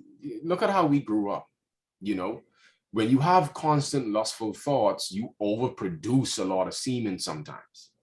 So the body's like, I can just push it out. I'll just push it out. Yeah, you may also have succubus type energies that want to siphon off of you, those spirits. Yeah, but other times the body's like, I can't utilize it. This dude, like your energy obstructed, your vibratory rate ain't even there. You don't even meditate. So what the fuck I can do with it? Because it becomes toxic after a while if it's held in there for too long, doesn't it? Because of the diet. It can become toxic to the body. The body's kind of detoxifying itself, especially if the diet's really bad. The over buildup of that sort of energy needs to be released. Yeah, well, I wouldn't say toxic, it just can't be assimilated or transmuted properly. Because it ain't really, we have endless amounts of power given to us freely, because that's what we are. But the problem is the mind and mental or emotional conflict stops it from being assimilated properly. So we have abundance. But what use is abundance if you can't even assimilate it? It's useless. Abundance is useless. You have it, but how do you make use of it? It's like you having these Federal Reserve notes and you don't got no stores to go buy it from, right? So the problem with how Catholicism and the Christian church, they try to do celibacy without the yogi practices, without the breathing techniques, without the meditation. So what happens then? You start to have these weird sexual cravings because you suppressing it and you ain't transmuting it. This shit was never about suppression, because when you start to meditate, when I was 4 months abstaining from sex, which is big for me, for that's huge, you know. When I was 4 months meditating every day, my meditations was deeper, felt more electrical. I just felt more like a man, you know what I mean? Like, damn, you know. So then you start to get these when you keep the energy in, and you realize daily meditation is what actually makes it doable. So when we was doing that and kind of feeling the chi body, right? It's one end to keep the energy in, and it's another end to kind of bring in the prana and strengthen the channels at the same time, you know? So as for tantric sex, well, tantra mainly dealt with the soul, all right? It wasn't really about just, you know, having sex with another woman or another man. It's like an energy exchange, right? It's a cycle of energy through two bodies. You see, yeah, well, see, people think Tantra deals with sexual intercourse. That ain't the original Tantra was mainly dealing with the building and rebuilding of the light body, the soul, the asexual. That's the true Tantra. Now, Solo, you mean solo, like one, like each person on their own, because the Tantra that they talk about now, even if it's not sexual, but it's with through a connection. So I say nothing wrong with that, but yeah. see, No, the original form you mean is just solo, just one human being on their own, because yeah, it's he was using bringing together the feminine and masculine in one body. Basically, because basically you recycling the energy up and down, because that Yeah. energy is meant to rebuild the organs and rebuild the body and all that. That's really what it's for. The one part of it where you create a baby, that's like, I mean, we've overused it for that as animals. But there is, like, for example, a course online, they call it Cosmic Sexuality. You still can learn how to have sex to cultivate. But here's the problem. Sexual intercourse or sexual cultivation, that's mainly for more advanced energy cultivators, meaning it's for you to do that. It's good for you to be abstained from sex for a couple months or a year or however long you feel fit, to lay the foundation first. Then you could then start exploring with a woman, and if you want to do that, you know what I mean? Yeah, but you both have to be also on the same path. There's got to be an understanding. Yeah, basically, if she accepting of your teachings, and vice versa for women with her spouse. Just sorry, guys, I don't mean to be asking too many questions. Just a quick one. I just want to know, because I did it for 9 months, right? My longest was 9 months. But I feel like if you don't do the right practice, I kind of developed maybe a bit of an enlarged prostate by holding the energy and not muting it. Is that possible for it to happen? It causes prostate problems, you know, especially if you do semen retention and have sex. So yeah, that's right. So trying to technically better not because you're overstimulating, right? Yeah, if you do it excessively, too much. Is there a way to release that pressure? Is there any type of exercises to do that? Well, the goal is not to do it excessively. I mean, even if you do practice it, if you still addicted to sex as pleasure. What's the point? Yeah, that's right. You ain't in trans. The Multi-Orgasmic Man is great. It's an inspiring book, but it's a bit of misinformation in it. Yeah. If you still using sex for an addiction too much, the energy ain't gonna rise up. Yeah. But after retaining for a while, the sex drive drops naturally anyway. It becomes it becomes seasonal, you know? Yeah, that's right. Yeah, you gain more control over it, a lot more control. Yeah. Right. And then when it stars or something align a certain way, then you feel sometimes on the full moon or something like that. Yeah. Like, something pulling on you, and you're like, all right. You know? Yeah. So I guess that's the demons you're fighting, right? That's what it's all about. It's about fighting those sort of urges. Yeah, I mean, it's like, you know, it's fun. You know, I ain't trying to demonize these things. It's just when it's excessive to the point where that human side of you needs to be managed, because wisdom is management of the appetite. You just got to manage it, you know, and everyone could fine tune it based on what they want to experience. Not everyone want to just jump to no, you know, like even the celibate thing, the brahmacharya path was mainly for elders. You know, you didn't really walk on this path until you was like in your 70s or 80s. But well, back then that was considered really young though, 60, 70, and you studied, you knew in the mystery schools what the path was. And the fact that human sacrifice, like I said before, human sacrifice is a degenerative expression of giving up one's human sexuality. So you gave up your human sexual life. Okay, no longer having sex. I'm procreating. I wasn't supposed to really procreate like that, not to the way we think. And you take that energy for yourself for regenerate life, because the body, that energy, when the hormones start kicking on, the body wants to procreate. So the true nature in you wants to nurse a baby, all right, wants to procreate, but there's a procreation within you that takes place as well. That's been kept hidden. All right. So again, when you just so we only know how to use the energy to create a baby, but there's as you know, there's other ways to use it. So again, shit, it's so much shit in my mind, dude. But you get what I'm saying. You get it. Yeah. Thanks, heaps. Yeah, man. Bless it. All right, Alec. All right, let me ask you to unmute. Thanks, man. Yeah, so kind of to switch the topic a little bit, not too much, but I was wondering if you were familiar with like a Tesla energy and like Patrick Flanagan and his studies. I haven't read it in a long time, so forgive me if I don't remember exact, but I know I read in depth like years ago, you know. Right. Okay. So I was just curious if you had an opinion on this, because you know, this path that I feel like I'm on right now is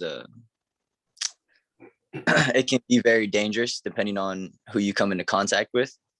And of course, like knowledge is the taboo of this era. So the more you know, the more people know of you.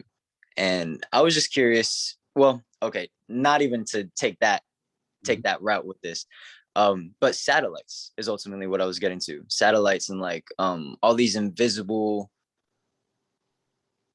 unnatural kind of frequencies in the air that is here and present now, that wasn't necessarily here during the schools of mysticism and all that. I was wondering if you think those hinder us in any extra ways, and if there are other methods to combat that, or if it's just a matter of like, you know, tapping into that abundance of our immortality, and like if it's just something we need to overcome and be stronger than we were before. I get what you're saying. Yeah, I actually asked this question before to one of my breatharian yogis. Oh, snap. Yeah, because I was like, yo, dude, like what the fuck I can do about 5G and all this shit. You know, I said it just like that, you know. So right. So yeah, and this was the one that went 6 months on only urine. He drank urine for 6 months. He went dry for 11 months, and then, you know, kind of get to the point where, you know, you start to, when you be around them, again, very selective. They don't like, you know. And he only revealed to me that because I was studying under Phil Valentine and brought up the whole living on energy thing.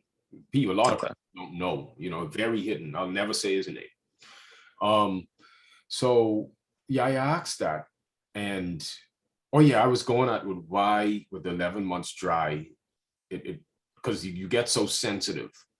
So there's this thing where he would eat, you know, like grapes, mangoes, certain things to at least densify, so he could be around people, you know, because imagine being around a crowd where you could hear their thoughts and it's just mumbling all the fucking time, you know. But so the main thing is with 5G and these frequencies is not, mainly one, try, this is the hard part. This is where the crystals and stuff come in. You gotta really be disciplined. But be in a fasted state. This is what he told me. Be in a fasted state. Monitor the use of it. Pay attention to where the towers are located. Try not to live too close to the towers, right? Ground yourself. Get at least 2 hours of outdoor energy and ground yourself in nature. All right. You know, he said, yeah, you could keep up with all the breathing and stuff, but he said mainly, you know, not eating like too much. And it's just where, because I think it was something about at a certain vibrational frequency, these things are much more detrimental to you than compared to you being more in that loving nature with self, you know, like that. So this is where the use of tools come in, because the majority of humanity is just not that disciplined. So that's when you hear about the EMF the certain EMF protection and all that. They even got nanotechnology that helps with that. So now you see how it makes sense. As we degenerated, that's when we started to need external things, even supplements. So imagine if you was like up in the mountains, right? Or even in nature, like you ain't worried about money, anything like that. And you always in that state of meditating, cycling energy. And even when you chilling, you feel it, right?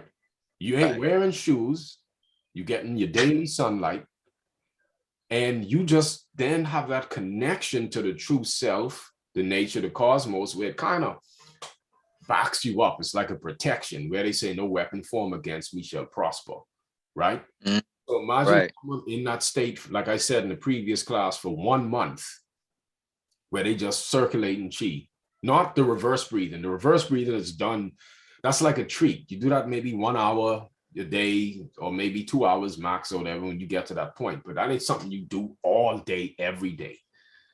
You do the natural breath in meditation. Focus on the Dantian, you know? So in that state, and imagine being in that state for over 30 days, in that surrender mode, your nervous system is getting fed. Your mind, see, when the mind is still, the body actually does its work.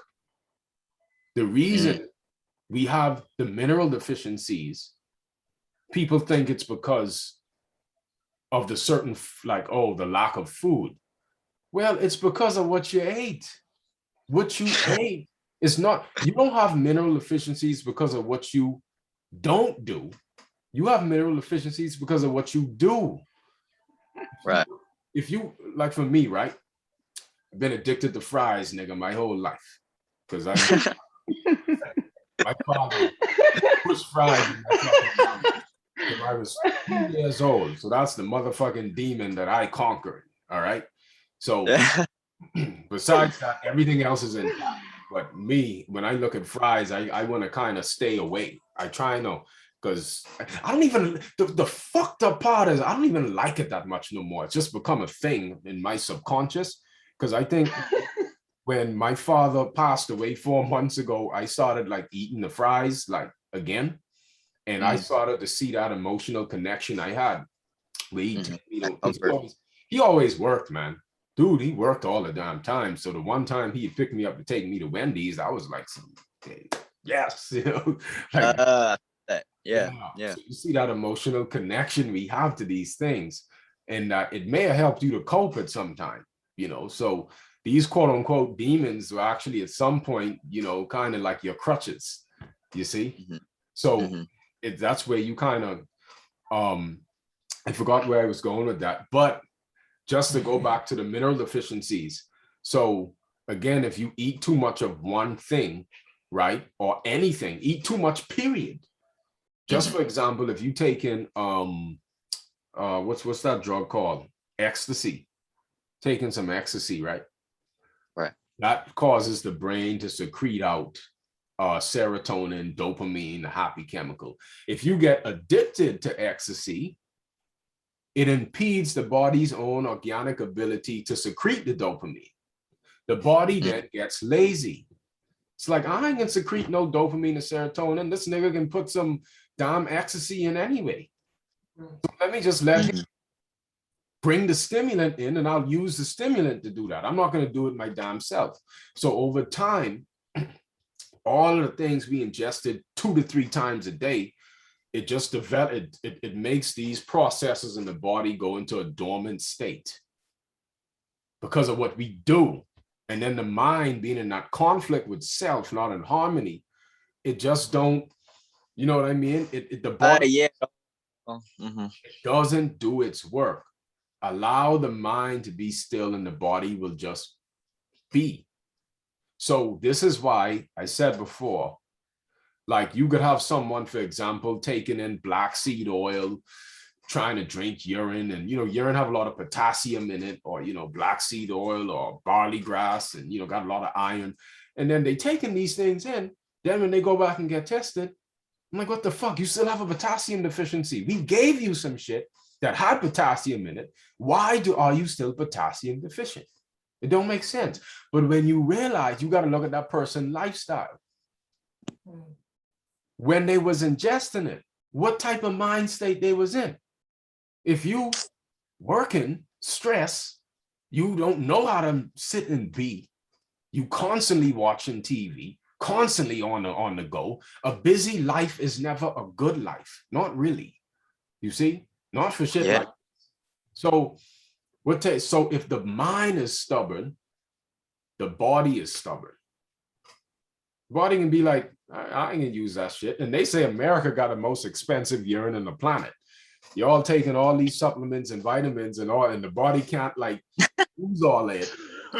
What happens? The shit leaves in the pee, in the urine. The most expensive urine in the fucking world, dude. So, Yeah, thank you for that. That was right. A lot of people don't think like that, So what do? Well, me, you could just drink the fucking pee, right? Oh no, that's taboo, again. But there's a book called A New Pathway, The Perfect Path to Health. Something, I think that's the name of it. But it talks about hatha yoga. And hatha yoga is about yogis that drunk every drop of their urine and did yogi exercises and meditated. Why did they do that? Because the whole urine thing wasn't a therapy. It wasn't considered a therapy. It was considered an ancient spiritual practice. And now it's a therapy. And then you got all these motherfuckers coming, oh no, they debunking it. Oh, it's toxic, it's this. But it was a spiritual ancient practice coupled with bringing you to states of samadhi. Because let me share with you. So when I came to this breatharian brother, right, on some levels, right, said, hey, I asked him about the urine thing.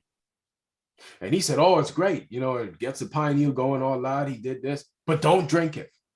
I said, if it's so great, why he telling me not to drink it? So you know what I did when I got home? The second I get home, I go on in, this is in the Bahamas now, I go on and I rush, I drink the pee. And I was like, it's interesting. I drank it. I said, wow, I did the breathing exercise. So anyway, 3 days later, I saw him again. We have a bar in the Bahamas, right? My mother and them own this like restaurant. So he was a DJ there. No one noticed about him, by the way. So he comes and he looks at me and he has a smile on his face, right? Like he probably anyway, I didn't say shit to him that I drunk the urine. Didn't say shit to him. All right. So probably by the end of the night, I tell him, I said, yo, bro, I ain't gonna lie. He said, I know you fucking did it. I know you did.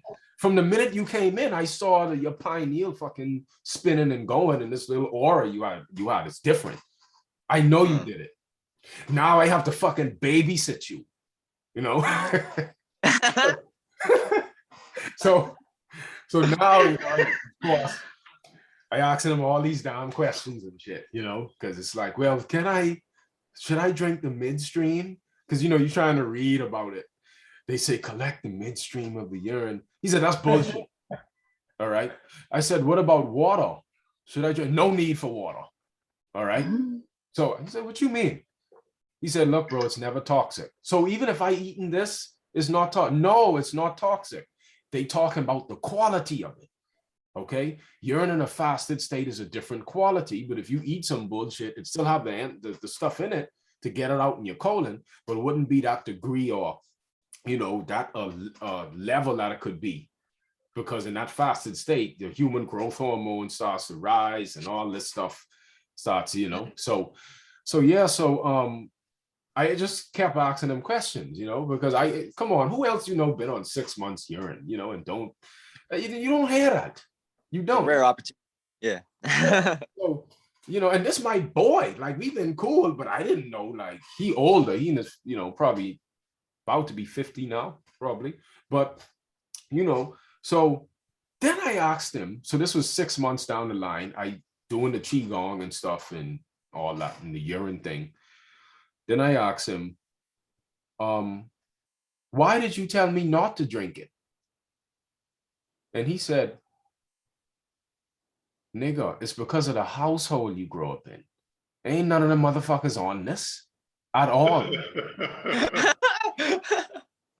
Right. Said, but what that got to do? You told me not to drink it, bro.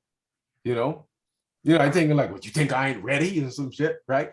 No, it ain't that. It's just, look, man, if your mind state ain't like, if you don't know how to get in that stillness and all that, it wouldn't even utilize the urine right. I was like, oh shit. And he said, knowing them, they would just keep picking at you. They'd say, hey, you eat today, and that's what was happening. My mother, like, oh, well, you can't be doing this stuff, and then it's all because it's weird. I understand. So he's saying, look, it's easy for you to be in this state around me, but when you around living in a household with people that ain't on that, they could kind of like siphon on you and shit. Their suggestions start to seep into you. Oh, you getting skinny, you getting smart. When you just being reconstructed and losing toxins was a good thing, then you rebuild back up. So, so I said, okay, I get that. And he said, even when you cut on an artificial light at night, he said, that fucks with your secretions at night. You see, that will even stop repair. So yeah, you were mentioning that towards the end of yesterday's class, where it was like even the artificial light carries weight, like everything carries weight. Yeah, you feel it, man. When you're much more sensitive, it's annoying, and someone come in and cut it on, you rather do a candle light or something like that, And then, it's the thing when he told me these things, now it makes sense to me, because years down the line, like I told some young brethrens, and then I had to babysit them, so I was like, fuck, all right, I gotta watch him. You can't just cut off. Like even a dude from the military that taught me all about this reptilian shit when I was 19. So I met a lot of peculiar men. He was 19 and he showed me this picture on this David Icke book about this reptilian and these like beings that, and I'm like, of course that tripped me out. So when I started reading on it and he's like, whoa, okay, go roll his eye, So but I was always consistent with them.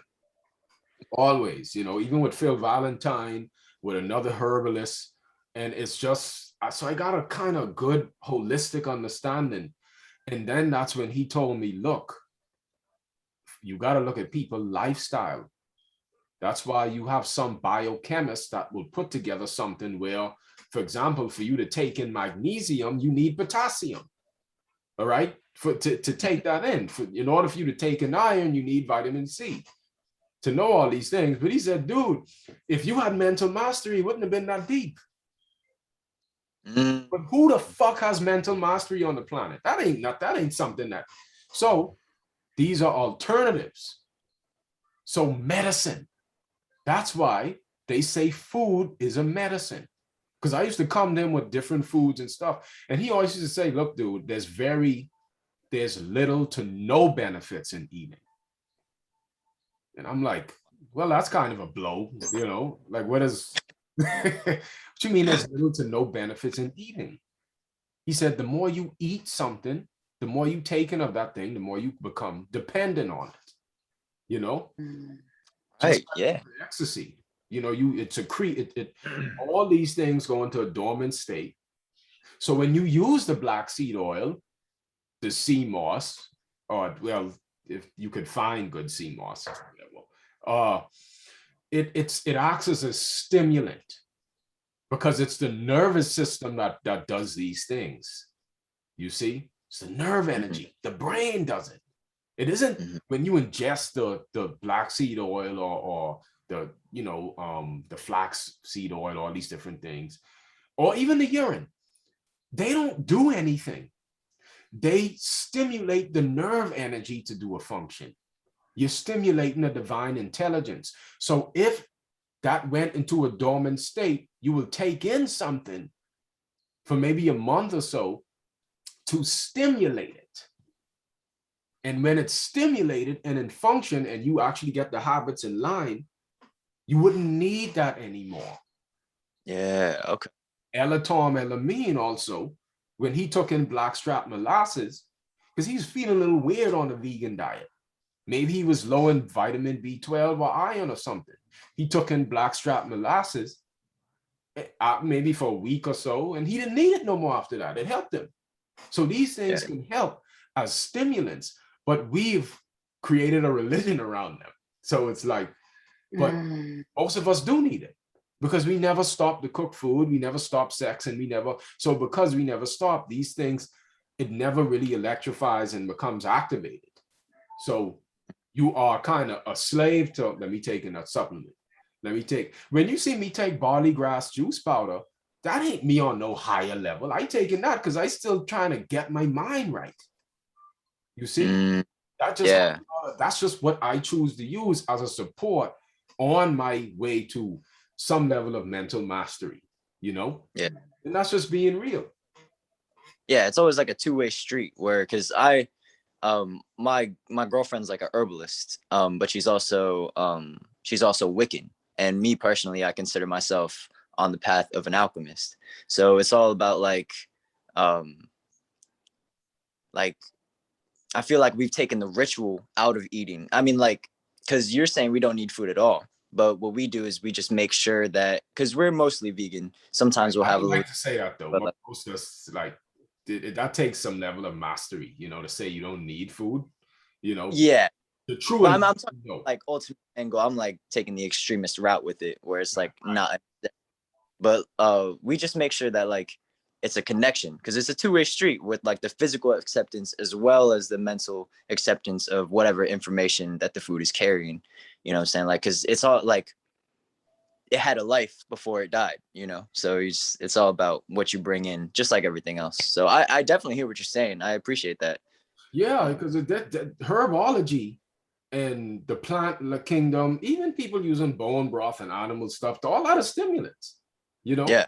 And it does act as a support, you see? But herein lies the problem. We don't realize that they say food is a medicine. That's a literal thing. Only sick beings need a medicine, you see? Yeah. So, you know, when you start to put two and two together, you realize, one, it deep. When you read on the body, they say that minerals and vitamins exit the body every day. And where do they say? Through the sweat, through the urine, through the bowels, right?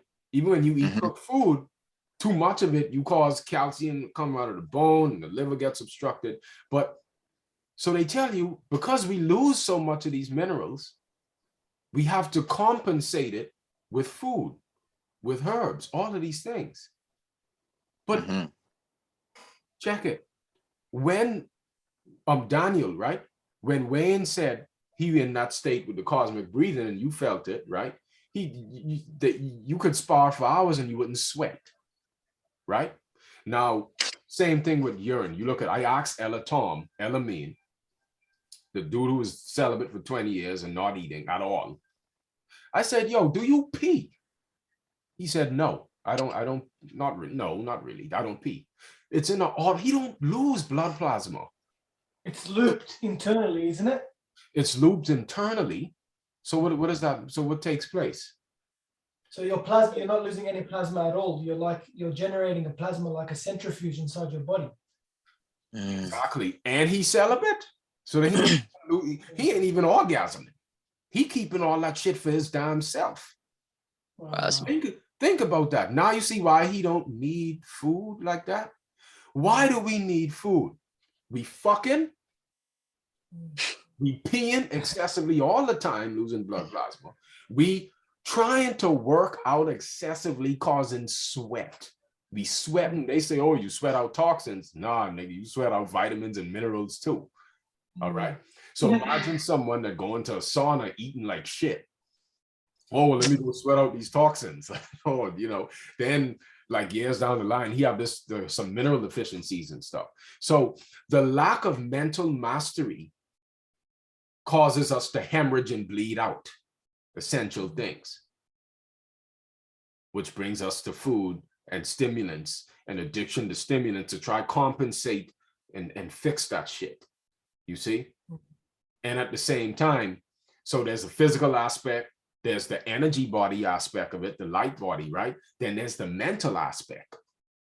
You see the mental virtues and shit.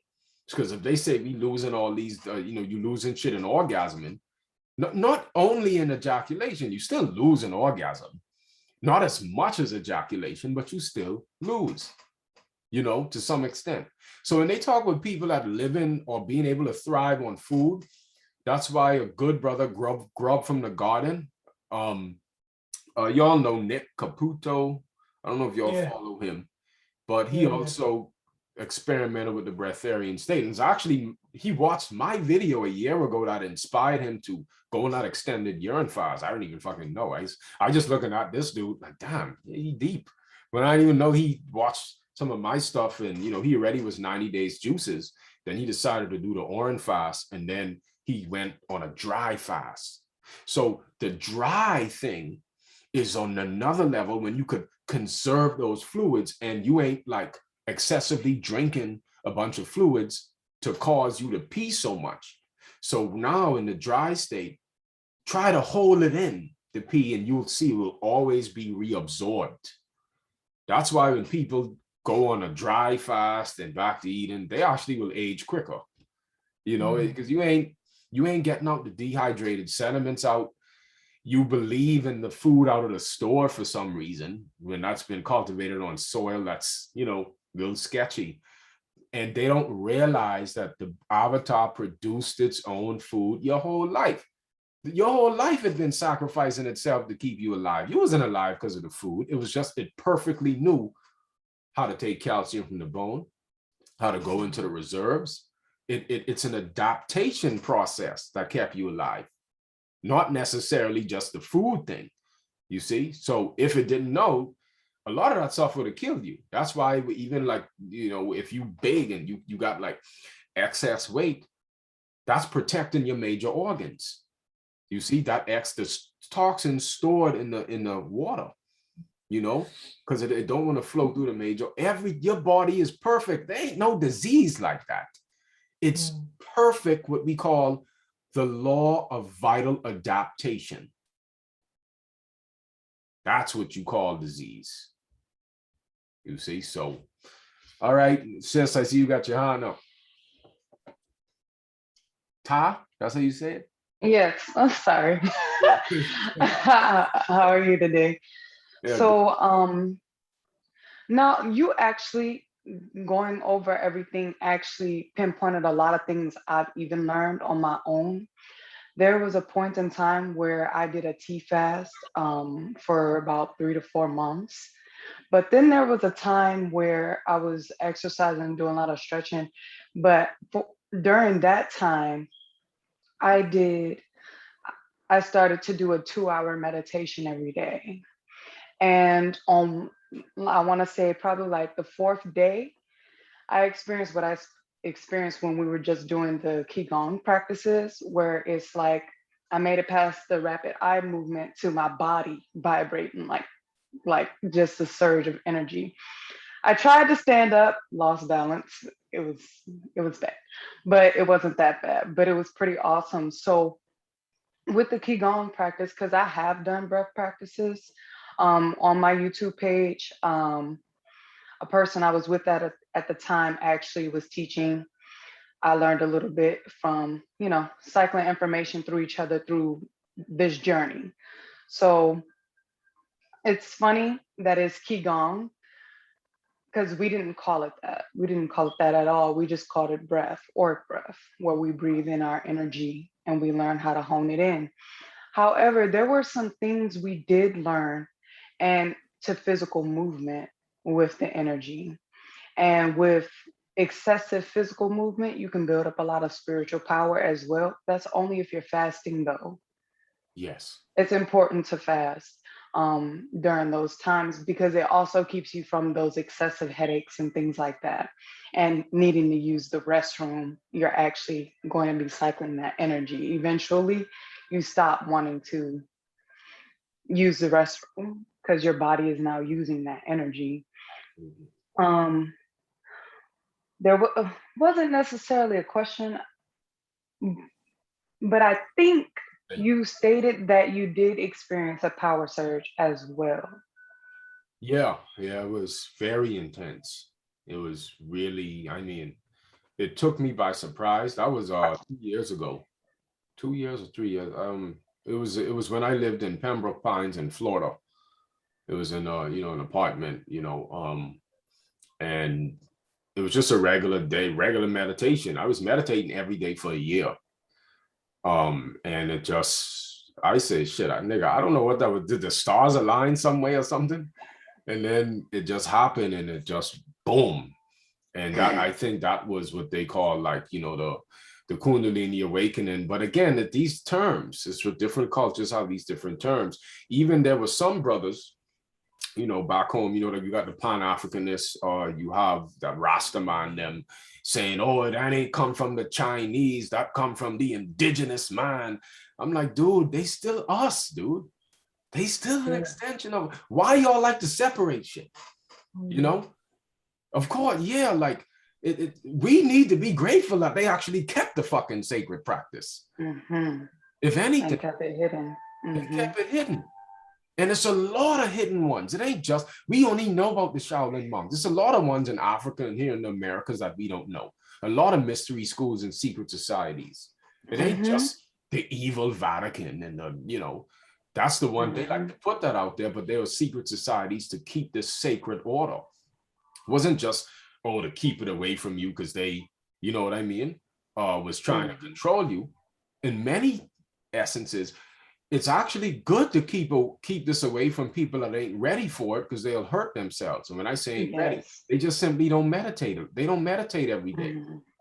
If you don't meditate at all and you just kind of move, let the senses bounce you around and all that, what use it can be if I tell a dude to drink his urine or do this if he watching porn? His pineal just going, and what's the sense? So it got to be a foundational self-study of yoga, of these things, so that they could go do the shrooms and stuff, and everyone different. Some people will fall down and hit their head and have a kundalini awakening. And next thing you know, they in the mental asylum, because they don't. If this is why. See, a lot of shit is go down here that we have no clue. We can't even say there ain't immortals like that because you ain't even navigate the whole damn planet. You don't think they would be, you ever play them RPG games where them dudes be hitting and shit? When you playing the game, you don't know what type of beings on this planet, and even certain parts of nature where ain't no human ever could walk because of the extreme conditions, he can't even make it through. So for you to even get to that place, the fact that they even see you there, they like, okay, he probably knows something. I could probably. No, definitely. And there was a picture that Black Airbender shared of this being, this guy that was 1,100 years old, allegedly 1,100 years old, and he had a few disciples that show up. If you go to my Instagram, you probably could find it. You see. You don't know anything. I'm not saying that, it's just to be immortal. No, because again, here's the problem. We have a lot of people in the conscious community, a lot of brothers. I know brothers that could regurgitate all of the ancient Egyptian knowledge and pineal gland, but they can't even settle out an argument with their girlfriend. They can't even fucking communicate. They have kids and they ain't even like putting in the most effort into the kids, you see? Or they ain't putting most effort in on or disciplined.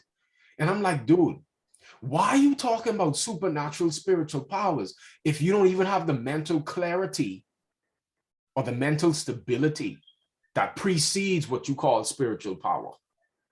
Because the ability to look into an emotional trigger and negotiate with self is a spiritual power. It is, especially with your zodiac sign. You came here with emotional triggers based upon your algorithm. Zodiac, zoo. That's a zoo of animate forces, animation, animal. You more than algorithms and animations. So when you realize then, okay, I could transcend these implants that I have and this trauma that I have. That's why you're here, to transmute it. You see? But again, what's the use of saying all this esoteric literature if in your own household you cannot bring that order and keep the peace? Same with sisters that beat their kids for everything, but they'll post online, you know, I'm a goddess. Get the fuck out of here with that. It has to start at home. It has to start here. I don't give a shit about you levitating and all that. How is your character? They say that when a man's virtue surpasses his talent, that's a superior mind.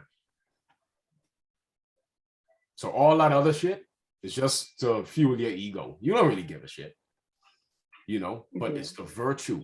That's only loving, sentient beings can access the frontal lobes of the brain. There's a switch in the brain called the amygdala. And the amygdala, when you have anger or fear, it switches to the next side, to the brain stem, the reptilian brain. When you're in that state, you can't access the frontal lobes. That's why they want us to be scared of this COVID shit and be angry at the vaccine, because they know how the amygdala, you ain't gonna access no higher realities or intelligence or anything like that. Being angry all the time. You see, and that's a protection. This is a very intelligent design. It's a way for nature to protect, you see, the higher realms, or to protect it from being accessed from certain beings. You see, so a good rant I just did, but you get what I said. Yeah. That's funny you were talking about the emotional part, and that's actually what broke our relationship, was because there was a detachment with the emotions from the person, and it wasn't a healthy one. So it was constant conflict. There was a lot of knowledge and wisdom learned and celestial bodies and connections, but Absolutely. it was a disconnect right then and there. And that's what caused it to just be like, okay. But I took all of that information with me. And you were talking about, you know, you can't just give people certain information.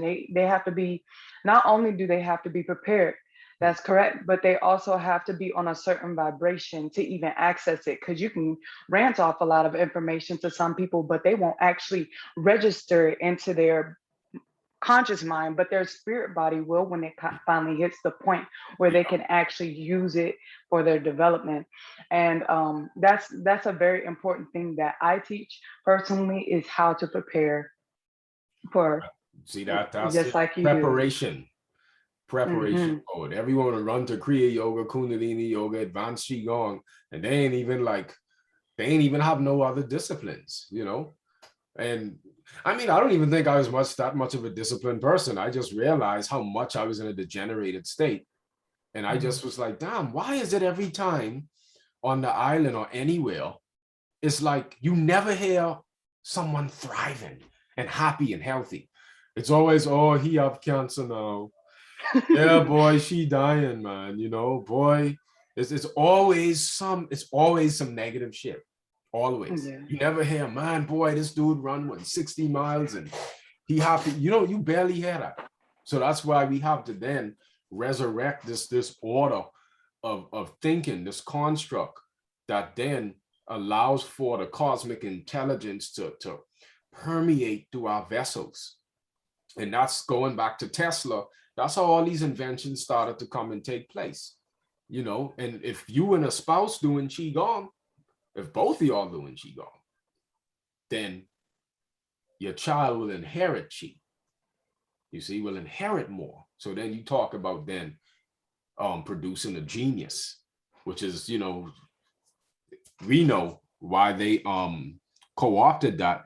I see someone ask me, are you a breatharian now? Shit, I wish. I think I underestimate my own self. I don't know like how far I could push it. Like I enjoy liquids more now because I just want to take it on a gradual pace. You know, I messed myself up a while ago from fasting, then binging on cooked food, fasting, binging on cooked food. And I was like, fuck, okay. I caused more mineral deficiencies, right? So now I had to take in some medicine, some stuff, some, you know, different stuff and fix it. Because, you know, I messed up that equilibrium where I was trying to rush it. You know, everyone have their own pace. Someone else could just be like, you know what, cut this off, while someone else could never do it, you know? So I just think, you know, I just want to move at a gradual pace, but can I go an extended period of time without eating? Yes. If I have like, maybe if my, you know, a food and water shortage come, then I'd be like, all right, well, I guess I can't eat anyway, you know, because I've cultivated my energy body to the point and dealing with the urine. And I also know at that time, have no sex at all. All right. I probably will get back into heavy urine looping on that level and just be in a more meditative state. So I do know how to do it and to where it's an emergency sense, but I don't live like to say I'm a breatharian. I don't, you know, I go from liquids to then solids, but I do enjoy more of the raw, you know, when I eat, because but eating makes me lethargic, so I have to not do it too much. All right, just to answer that. So I see, we got Laura. All right, Laurel, that's good. Hold on. I was just wondering if we were doing the emotional, like holotrophic breathing today as well. Yeah, I can send a link to the demonstration video. Okay. On, yeah, so you could do it in your own space. Okay. You see, yeah, right. Yeah. So it's some pretty deep stuff there, you know. But yeah, we hit a lot, you know. We hit a lot. It's amazing the stuff that is you know, in your head, and it's, you know, it's good because this type of knowledge, it gives you your own downloads, your own intuition. You access it. That's a true teacher, you know. So that's the beautiful part of it. So yeah. Anyway, family, you know, well, we really went in. I'm gonna stop the recording.